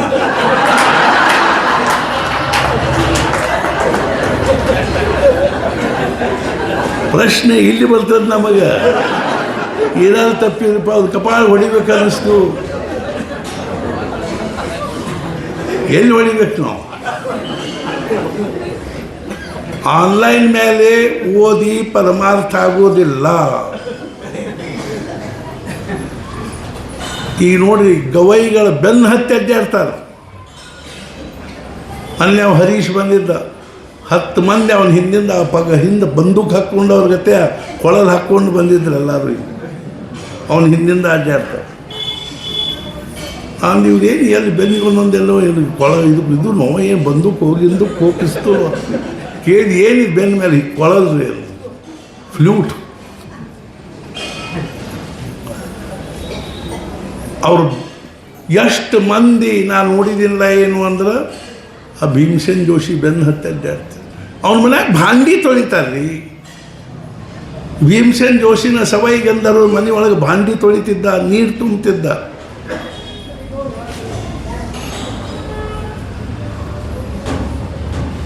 ಅವ ಖುಷಿಯಾಗಿ ರಾತ್ರಿ ಎಲ್ಲರೂ ಮಲ್ಕೊಂಡಾಗ ಒಂದೇನೋ ರಾಗ ಹೇಳ. ಇದು ಗುರು ಶಿಷ್ಯರ ಸಂಬಂಧದ. ಮಂದ್ಯಾಗ ಹೇಳೋದು ಹೇಳ್ತಿದ್ದ, ಆದ್ರೆ ಯಾವ ಶಿಷ್ಯನ ಬಗ್ಗೆ ಅವನಿಗೆ ಪ್ರೇಮ ಅನ್ನಿಸ್ತಿತ್ತು, ಅವನು ರಾತ್ರಿ ಅವ್ರಿಗೆ ಎಬ್ಬಿಸಿ ಬಾಯಿ ಒಂದು ರಾಗ ಹೇಳ್ತಿದ್ದ. ಯಾವುದೋ ವಿದ್ಯೆ ಕಲಿಬೇಕಾದ್ರೆ ಆ ವಿದ್ಯಾವಂತರ ಬೆನ್ನು ಹತ್ತದ ಹೊರತಾಗಿ ಹಾಕಿಲ್ಲ. ಮಹಾರಾಜರು 9 ತಿಂಗಳು ಅಹೋರಾತ್ರಿ ತುಕಾಮಾಗಿರ ಸಹವಾಸ್ತಾರೆ. ಏಕನಾಥ ಮಹಾರಾಜರು 12 ವರ್ಷ ಜನಾರ್ದನ ಪಂತರ ಮನೆ ಒಳಗೆ ಕಸ ಹುಡುಕ್ತಿದ್ರು, ಭಾಂಡಿ ತೊಳಿತಿದ್ರು, ಸಾಮಾನು ತರ್ತಿದ್ರು, ಲೆಕ್ಕ ಬರೆದಿಡ್ತಿದ್ರು. ಅವರು ದೇವಗಿರಿಯ ಸುಬೇದಾರ್ ಗವರ್ನರ್ ಆಗಿತ್ತು. ಆ ಥಾಟ್ನಲ್ಲೇ ಇದ್ದರು ಅವರು. ಆದರೆ ಇವರು ಅವ್ರ ಮನೆಯವ್ರು ಹೇಳಿರೋ ಪ್ರತಿಯೊಂದು ಕೆಲಸ. ಆಮೇಲೆ ಅವ್ರ ಅವಸ್ಥೆ ಏನು ಆತ್ಮಕಲ್ಪನಾ ಅದು. ಆಮೇಲೆ ಅವರು ಧ್ಯಾನ ಮಾಡ್ಲಿಕ್ಕೆ ಹೋಗಿ ಕೂತ್ರೆ ಅರಣ್ಯದೊಳಗೆ ಅಡವಿಯಾಗ ಒಂದು ಗಿಡದ ಕೆಳಗೆ ಕೂತ್ರೆ ಒಂದು ದೊಡ್ಡದೊಂದು ಹಾವು ಬಂದು ಅವ್ರ ತಲೆ ಮೇಲೆ ಹೆಡಿ ತಕ್ಕೊಂಡು ನಿಂದಿರ್ತಿತ್ತು. ಬಿಸಿಲು, ಮಳೆ, ಗಾಳಿ. ಅದೇನು ಬಿದ್ದದೇನ್ರಿ ಪರಮಾರ್ಥದ ರಸ್ತೆದಾಗ. ನಮ್ಮ ರಜಾ ನಮ್ಮ ನೌಕರಿ ಒಳಗೆ ಒಂಚೂರು ವ್ಯತ್ಯಾಸ ಆಗಬಾರ್ದು. ನಮ್ಮ ಪ್ರಪಂಚದ ಪ್ಯಾಟರ್ನ್ದಲ್ಲಿ ಒಂಚೂರು ವ್ಯತ್ಯಾಸ ಆಗಬಾರ್ದು. ನಮ್ಮ ರೂಪ ಅರ್ಥಾತ್ ಸವೈಗಳಲ್ಲಿ ವ್ಯತ್ಯಾಸ ಆಗಬಾರ್ದು. ನಮಗೆ ಅಧ್ಯಾತ್ಮ ಹೇಳಿ, ನಮಗೆ ಸ್ವಲ್ಪ ಬ್ರಹ್ಮಜ್ಞಾನ ಮಾಡ್ಕೋಬೇಕಂತದ. ಮತ್ತು ಮ್ಯಾಲೆ ನೀವು ಆ ಬ್ರಹ್ಮಜ್ಞಾನದ ಕಿಮ್ಮತ್ತು ಏನು ಕಟ್ಲಿಕ್ಕೆ ತಯಾರಿದ್ದೀವಿ ನಾವು? ಖರೆ ಆ ಸಮಾಧಾನದ ಕಿಮ್ಮತ್ತು ಕಟ್ಲಿಕ್ಕೆ ತಯಾರಿದ್ದೀವಿ ಎಂದು ನಾವು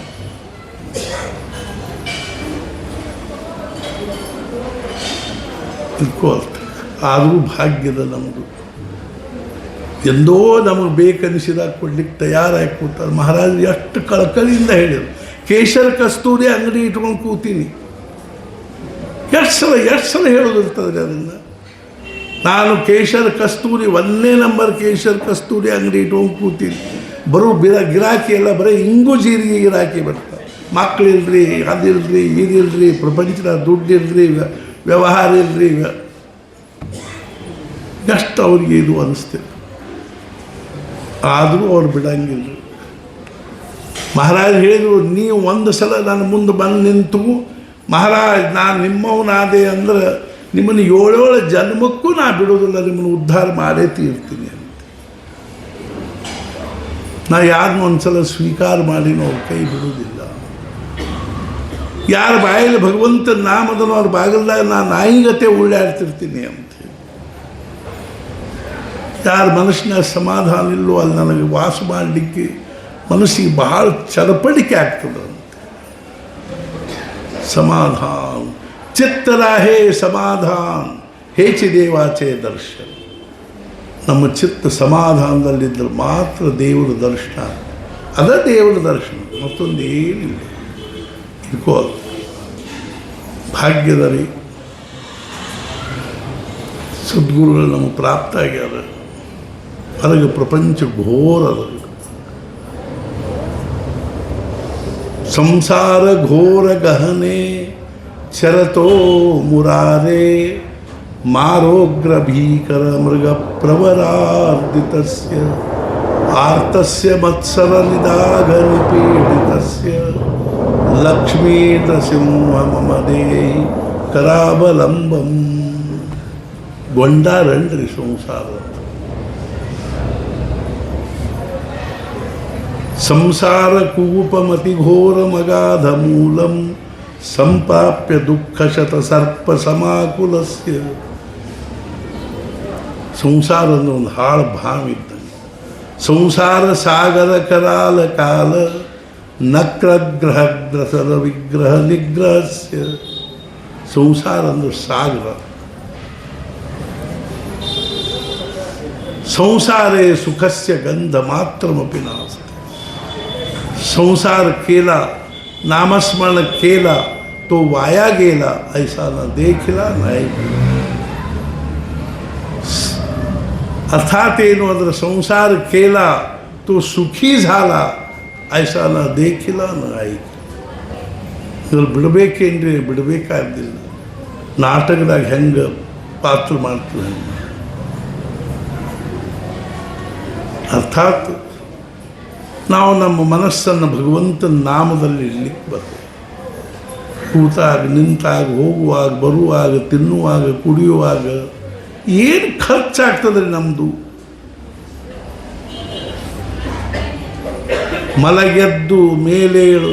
ಮಲಗೆದ್ದು ಮೈ ಮುರಿದು ಮೇಲೇಳುವಾಗ ಕೃಷ್ಣ ಎನ್ನಬಾರದೆ. ಕೃಷ್ಣನ ನೆನೆದರೆ ಕಷ್ಟ ಒಂದಿಷ್ಟಿಲ್ಲ ಕೃಷ್ಣ. ಇದೊಂದು ಸೈಕಾಲಜಿ ಅದ ರೀ, ಮಾನಸಶಾಸ್ತ್ರ. ನಾಮಸ್ಮರಣೆಯೊಳಗೆ ಏನಂಥ ತಂತ್ರದ ಅಂದ್ರೆ ಅದೊಂದು ಲಕ್ಷಣ ಸೈಕಾಲಜಿ. ಮನಸ್ಸಿನಲ್ಲಿ ಬಾಧಿಸ್ತಾ ಇರೋದು ವಸ್ತು ವ್ಯಕ್ತಿ ಪರಿಸ್ಥಿತಿ ಅಲ್ರಿ. ಆ ವಸ್ತು ವ್ಯಕ್ತಿ ಪರಿಸ್ಥಿತಿ ಬಗ್ಗೆ ವಿಚಾರ ಬಾಧಿಸ್ಲಿಕ್ಕೆ things are nothing but thoughts. ಆ ವಿಚಾರ ತೆಗಿಬೇಕು, ಅದಕ್ಕೆ ಏನಾದರೂ ಆ ವಿಚಾರ ಅಂದರೆ ಶಬ್ದಗಳ ಸಮುಚ್ಚಯ ಬಾಧಿಸ್ತಾರೆ. ಆ ಶಬ್ದ ತೆಗಿಬೇಕು ಅಂದ್ರೆ ಇನ್ನೊಂದು ಶಬ್ದ ಅದರೊಳಗೆ ಹೆಂಗೆ ಹಾಕಬೇಕು ಅಂದ್ರೆ ನಿರಂತರ ಇನ್ನೊಂದು ಶಬ್ದ ಹಾಕ್ಕೋತ ಇದ್ವಿ ಅಂದರೆ ಈ ಶಬ್ದ ಎಲ್ಲ ಬಿದ್ದು ಖಾಲಿ ಆಗಲಿಕ್ಕೆ ಹತ್ತದ, ವೆಕೆಂಟ್ ಆಗ್ತದೆ ಮನಸ್ಸು. ಆವಾಗ ಆ ಪರಮಾತ್ಮನ ಸಾಕ್ಷಾತ್ ಅನುಭವ ಬರ್ತದೆ. ಮುಂದೆ ಈ ಪ್ರಪಂಚದ್ದೆಲ್ಲ ಭ್ರಮ ದೂರಾಗಿ ಭಿದ್ಯತೆ ಹೃದಯ ಗ್ರಂಥಿ ಛಿದ್ಯಂತೆ ಸರ್ವ ಸಂಶಯ ಕ್ಷೀಯಂತೆ ಚಾಸ್ಯ ಕರ್ಮಾಣಿ ತಸ್ಮಿನ್ ದೃಷ್ಟಿ ಪದ. ಸ್ವಲ್ಪ ಒಂದೊಂದು ಹೆಜ್ಜೆ ನಾವೇನು ಒಮ್ಮೆಲೆಗೆ ಬ್ರಹ್ಮಾನಂದರಾಗಿ ಕೂಡುವುದು ಅಷ್ಟರಾಗ, ಆನಂದ ಸಾಗರ ಆಗುವುದು ಅಷ್ಟರಾಗ. ಬಿಟ್ಕೋ ಅರ್ಥ ಎಷ್ಟು ಮಾಡ್ತೀವಿ ಅಷ್ಟಾದರೂ ನಮಗೆ ಹೌರಿಗೆ ಅನ್ನಿಸ್ತಾರೆ ಮನಸ್ಸಿಗೆ. ಎಷ್ಟೇ ಮಾಡುವಲ್ಲ ಅಷ್ಟ ಹೌರಿಗೆ ಅನ್ನಿಸ್ತದೆ. ಮಹಾರಾಜರು ಎಷ್ಟು ಚಂದ ಹೇಳಿ, ಬೆಳಿಗ್ಗೆ ಧೋ ಧೋ ಧೋ ಧೋ ಅಂತ ಒಂದು ಅರ್ಧ ಮುಕ್ಕಾಲು ಗಂಟೆ ಮಳೆ ಆಯ್ತು ಅಂದ್ರೆ ಸಂಜೆ ತನಕ ತಂಪು ಹೆಂಗಿರ್ತದನು. ಹಂಗೆ ಮುಂಜಾನೆ ಎದ್ದು ಒಂದು 5 ಮಾಲಿ 10 ಮಾಲಿ ಒಂದು ಅರ್ಧ ತಾಸು ಮನಃಪೂರ್ವಕವಾಗಿ ನಾಮಸ್ಮರಣೆ ಮಾಡಿದ್ವಿ. ಸಂಜೆ ತನಕ ತಲೆಗೆ ಶಾಂತ ಇರ್ತದೆ. ನಾವು ಅಭ್ಯಾಸ ಮಾಡಬೇಕು. ಏನಾದರೂ ಬೆನ್ನು ಹತ್ತಬೇಕ್ರಿ, ಅದನ್ನು ಇಲ್ಲದೇ ಇದ್ರೆ ಆಗೋದಿಲ್ಲ. ನಾವು ಸಣ್ಣವಿದ್ದಾಗ ನಾವು ಈ ಡ್ರಾಯಿಂಗದ್ದು ಭಾಳ ಚಟ ಇತ್ತು. ನಾ ಈ ಶಾಲಿಂದ ಬಂದು ಕೂಡ ಚಿತ್ರ ತಕ್ಕೋದು ಕೂಡ್ತಿದ್ದೆ. ನಮ್ಮ ತಾಯಿಯವ್ರ ಕೈಯಾಗಿನ ಪೆನ್ಸಿಲ್ ಕಿತ್ತು ಹೊರಗೆ ಹೋಗೋದು, ಇದನ್ನು ಹೊಟ್ಟಿಗೆ ಆಗ್ತದೇನೋ ಅಭ್ಯಾಸ ಮಾಡೋಂಥದ್ದು. ಮತ್ತೆ ಅಲ್ಲಿ ರಾಮೇಶ್ವರ ಗುಡಿ ಅದ ನಮ್ಮ ಊರಾಗ, ಅಲ್ಲಿ ಹೋಗಿ ಕೂತು ಚಿತ್ರ ತೆಗಿತು. ಧಾರವಾಡದಲ್ಲಿ ಅಲ್ಲಿ ಉಡುಪಿ ವಕೀಲ ಮನೆಯಾಗಿದ್ದಾಗ ಹಿಂದೆ ಪೇರು ಹಣ್ಣಿನ ತೋಟಿತ್ತು, ಅಲ್ಲಿ ಹೋಗಿ ಕೂತು ಚಿತ್ರ ತಕ್ಕೋದು ಕೂಡ್ತಿದ್ದೆ. ಶಿವಾಜಿ ಸ್ಟೇಷನ್ ಮೇಲೆ ಚಿತ್ರ ತಕ್ಕೋದು ಕೂಡ್ತಿತ್ತು. ಕೊನೆಗೆ ಯಾರು ದೊಡ್ಡ ಫೋಟೋ ತೆಗೆದು ಬಳಕೆ ಹೋಗಿ ಗೊಂದಾವಲಿ ಇನ್ನು ಮುಂದೆ ಅಷ್ಟು ಚಿತ್ರ ತೆಗೆಯಂಗಿಲ್ಲ ಅಂತ ಅಷ್ಟು ವ್ಯಸನ ಆಗಿಬಿಟ್ಟಿತ್ತು. ಕೂತೆ ಅಂದರೆ ಊಟದ ಖಬರ್ ಇರ್ತಿದ್ದಿಲ್ಲ. ಇದು ನನಗೆ ಅದು ಬಾಧಿಸ್ಲಿಕ್ಕೆ ಹತ್ತು, ಜಗತ್ತೆಲ್ಲ ಬಾಧಿಸ್ಲಿಕ್ಕೆ ಹತ್ತಬೇಕು ನೋಡ್ರಿ. ಮನಿ ಬಾಧಿಸ್ಬೇಕು, ಮಾರು ಬಾಧಿಸ್ಬೇಕು, ತಿನಿಸು ಬಾಧಿಸ್ಬೇಕು, ಉಣಸು ಬಾಧಿಸ್ಬೇಕು, ಊಟ ಒಲ್ಲ ಅನ್ನಿಸ್ಬೇಕು, ನಿದ್ದೆ ಮಾಡಲಿಕ್ಕೆ ಒಲ್ಲ ಅನ್ನಿಸ್ಬೇಕು.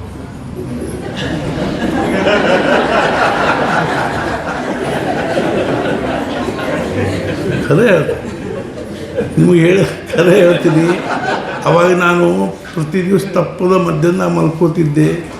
ಅದನ್ನು ಬಿಡಲಿಕ್ಕೆ ಏನೇನಾದರೂ ಒಂದು ನೆವ ತೆಗಿತಿತ್ತು. ಅದು ನಿದ್ದೆ ತಪ್ಪಿಸ್ಕೊಳ್ಳಿಕ್ಕೆ ಏನಾದರೂ ನೆವ.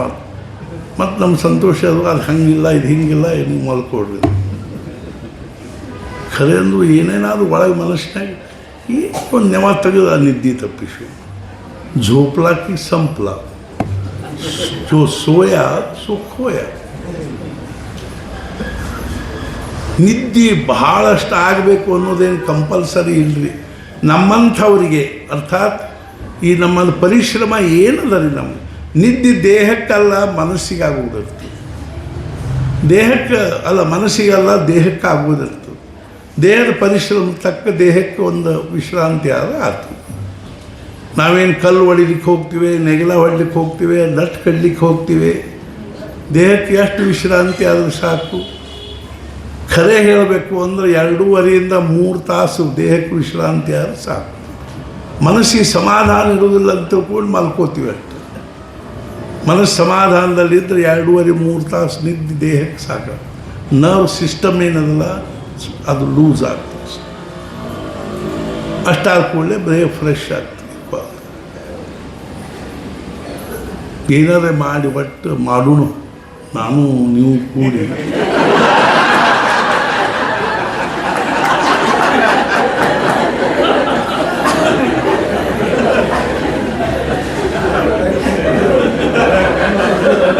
ಈ ವರ್ಷ ಮಾಡೇ ಬಿಡುದ.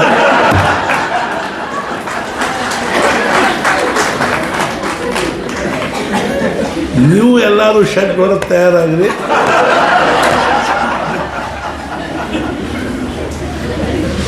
ಈ ವರ್ಷ ಮಾಡೋದು. ಫಕ್ತ ಅವ್ರ ಕೃಪಾ ದೃಷ್ಟಿ ಇದ್ರೆ ಸಾಕ್ರಿ. ನಾ ಅಂತೂ ತಯಾರಾಗಿ ನಿಂತ ಬಿಟ್ಟಿದ್ದೆ. ಅಲ್ಲಿ ಸಾಯೋದ ಖರೆ. ಇನ್ನು 6 ತಿಂಗಳು, ವರ್ಷ, 2 ವರ್ಷ ನಾನು ಇವತ್ತು ಮುಂಜಾನೆ ಅದನ್ನ ವಿಚಾರ ಮಾಡಿದ್ದೆ. ಅದು ಇನ್ನು ಸಾಯೋದ ಖರೆ ಅದು ಅಂದ್ರೆ ಇನ್ಯಾಕೆ ಹಿಂದೆ ಮುಂದೆ ಆಗಿ ನೋಡ್ಬೇಕು ನಾವು. ಸುಳ್ಳೆ ಈ ದೇಹವನ್ನು ಅರ್ಥ ಭಾಳ ದಿವಸ ಇಟ್ಕೊಳ್ಳೋ ದಡಪಡ ಲೆಕ್ಕ ಮಾಡಬೇಕಾಗಿದೆ. ಏನು ನಾವು ಇದ್ದು ಗಳಿಸೋದು ಅಷ್ಟರಾಗದು. ಮನ್ಯಾನ ಅವ್ರ ಕೈಲಿ ತಿವಿಸಿಕೊಳ್ಳೋದು ಬರೋ ಪಾಳಿ ಬರಬಾರ್ದು. ಅಷ್ಟ್ರಾಗ ಏನಾದ್ರು ಮಾಡಿದ್ರು ಅಂದ್ರೆ ಮನೆಯ ಮಂದಿ ಆಹಾ ನಮ್ಮ ಅಜ್ಜ ನೋಡ್ರಿ ಹಂಗೆ ಮಾಡಿದ್ರು ಹಿಂಗೆ ಮಾಡಿದ್ರು. ಮತ್ತೇನಾದೇ ಒಂದು ಕಬೀರ ಜಬ್ ಹಮ್ ಪೈದಾ ಹುವೆ ಜಗ ಹಸೆ ಹಮ್ ರೋಯೆ, ಐಸಿ ಕರ್ನಿ ಕರ್ ಚಲೋ ಹಮ್ ಹಸೆ ಜಗ ರೋಯೆ. ನಮ್ಮ ಧಾರವಾಡದಲ್ಲಿ ಮೊದಲೇ ಸಲ ಅಲ್ಲಿ ಆ ಜಗದಲ್ಲಿ ಲೈನು ಅರ್ಥಾತ್ ಜಗ ನೋಡ್ಲಿಕ್ಕೆ ಹೋದಾಗ ನಾನೊಂದು ಮಾತು ಹೇಳಿದ್ದು ಇವತ್ತಿಗೂ ನನ್ನ ನೆನಪಿನಾಗ ನಾವು ತಲೆಯಾಗಿ ಇಟ್ಕೊಂಡಿರ್ತೀನಿ. ನಾನು ಹೇಳಿದ ಅವತ್ತು ನಾನು ಈ ಸಮಾಜವನ್ನು ಋಣಿ ಮಾಡಿ ಸಾಯ್ತೀನಿ ಅಂತ ಹೇಳಿದ್ದೆ. ನಾವು ಸಮಾಜವನ್ನು ಋಣಿ ಮಾಡಬೇಕು. ಸಮಾಜ ನಮ್ಮ ಹೆಸರು ಹೇಳ್ಕೊತೇ ಇರುವಂಗೆ ಆಗಬೇಕು. ಕೀರ್ತಿ ರೂಪಿ ಉರಾವಿ ಸಮರ್ಥರು ಹೇಳ್ಯಾರ. ಮನೆಯಾಗಿನ ಮುಂದಿನ 15ನೇ ದಿವಸ ನಮ್ಮ ಫೋಟೋ ಕಡೆ ಸಹಿತ ನೋಡೋದಿಲ್ಲ.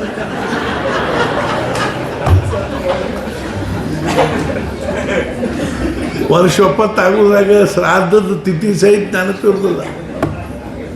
ಮನೆಯಾಗಿನ ಹೆಣ್ಮಕ್ಳು ಹೇಳ್ತಾರೆ ನಿಮ್ಮ ಅಪ್ಪನ ಶ್ರಾದ್ದದಲ್ರಿ ಅವತ್ತು.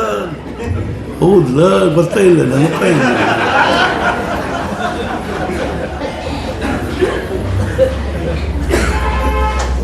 ಅಷ್ಟ ನಮ್ಮ ಹಣೆ ಬರ. ನಿಂದರೆ ಎದ್ದು ನಿಂದರೆ ನೋಡೋಣ ಮಾಡೇ ಬಿಡು. ಉತ್ತಿಷ್ಠತ ಜಾಗ್ರತ ಪ್ರಾಪ್ಯವರ ಅಲ್ಲಿ ಬಹುದು. ಇಲಿಯಾಗಿ 100 ವರ್ಷ ಬಾಳುವುದಕ್ಕಿಂತ ಹುಲಿಯಾಗಿ 3 ವರ್ಷ ಬಾಳು. ಶಂಕರಾಚಾರ್ಯ ಅರ್ಥಾತ್ ಅವ್ರು ಹೇಳ್ದ ಚಿದಂಬರಂದಲ್ಲಿ ಶಿವ ಹೇಳ್ದ 100 ವರ್ಷ ಬಾಳ್ತಕ್ಕಂಥ ಒಂದು ದೊಡ್ಡ ಹುಡುಗಬೇಕು, ಅತ್ಯಂತ ಅಲ್ಪಾಯು ಆಗಿರ್ತಕ್ಕಂಥ ಸರ್ವಜ್ಞನ ಬೇಕು ಮಗ ಬೇಕು ಅಂದಾಗ ಆ 100 ವರ್ಷ ಬಾಳು ದೊಡ್ಡ ಮಗನ ತಗೊಂಡು ಅಜ್ಞ ಮಗನ ತೊಗೊಂಡು ಏನು ಮಾಡಲು? ಕೇವಲ 12 ವರ್ಷ ಬಾಳ್ತಕ್ಕಂಥ ಸರ್ವಜ್ಞನಾಗಿರೋ ಮಗ ಇದ್ದರೆ ಸಾಕು.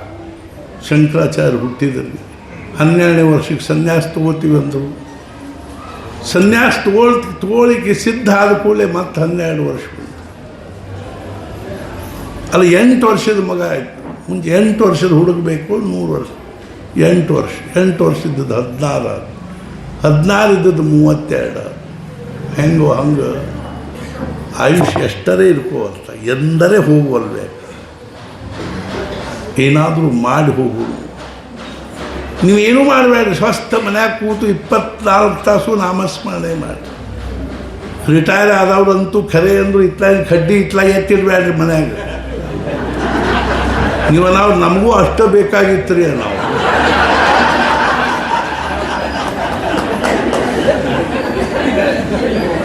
ಆದ್ರೆ ಮುಂದಿಂದ ಹೇಳ್ತೀನಿ ಕೇಳ್ರಿ, ಇಲ್ಲಿ ಕೈಯಾಗಿನ ಜಪ್ಮಾಲಿ ಕೆಳಗಿಡಬಾರ್ದು ಅಂದ್ರೆ ನಾವು ಇತ್ಲಾಗ ಕಡ್ಡಿ ಇತ್ಲಾಗ ಎತ್ತಿ ಇಡದೇ ಇಲ್ಲಿ ಕಡ್ಡಿ ಇಲ್ಲ. ನಾವು ನಿಮ್ಮ ಮನೆಯಿಂದ ತಕರಾರು ಬಂತು, ಒಟ್ಟು ಇತ್ಲಾಗ ಜಪಾನು ಮಾಡೋದಿಲ್ಲ, ಇತ್ಲಾಗ ಕೆಲಸನೂ ಮಾಡೋದಿಲ್ಲ ಅಂತ ಬಂತು. ಸರಳ ನಾವು ಎಳ್ಕೊಂಡು ಆಶ್ರಮ ಕರ್ಕೊಂಡು ಬರ್ತೀವಿ. ಮಹಾರಾಜ್ ಯಾಕಂದ್ರೆ ರಿಟೈರ್ ಆದವ್ರ ಮೇಲೆ ಭಾಳ ಪ್ರೀತಿ ಇತ್ತಂತ.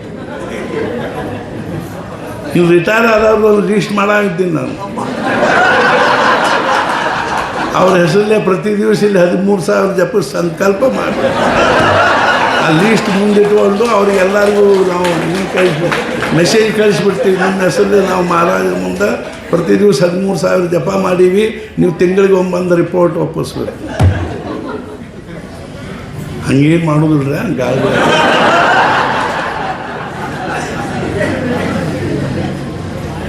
ಆ ಸದ್ಗುಣ ಅನನ್ಯವಾಗಿ ಪ್ರಾರ್ಥನೆ ಮಾಡೋದೇನು ಅಂದ್ರೆ ಅವ್ರು ನಮಗೂ ನಿಮಗೂ ಆಯುಷ್ಯ ಆರೋಗ್ಯ ಐಶ್ವರ್ಯವನ್ನು ಕೊಡಲಿ, ಮತ್ತು ಮುಖ್ಯವಾಗಿ ನಮಗೆಲ್ಲರಿಗೂ ಭಗವಂತನಲ್ಲಿ ಭಕ್ತಿ, ನಾಮದಲ್ಲಿ ಪ್ರೇಮ ಹಾಗೂ ಸದ್ಗುಣ ಅನನ್ಯವಾಗಿರ್ತಕ್ಕಂಥ ನಿಷ್ಠೆಯನ್ನು ಕೊಡಲಿ ಅಂತ ತಿಳ್ಕೊಂಡು ಹೇಳಿ ಈಗ ನೈವೇದ್ಯ ಆರತಿ ಆಗ್ತದೆ.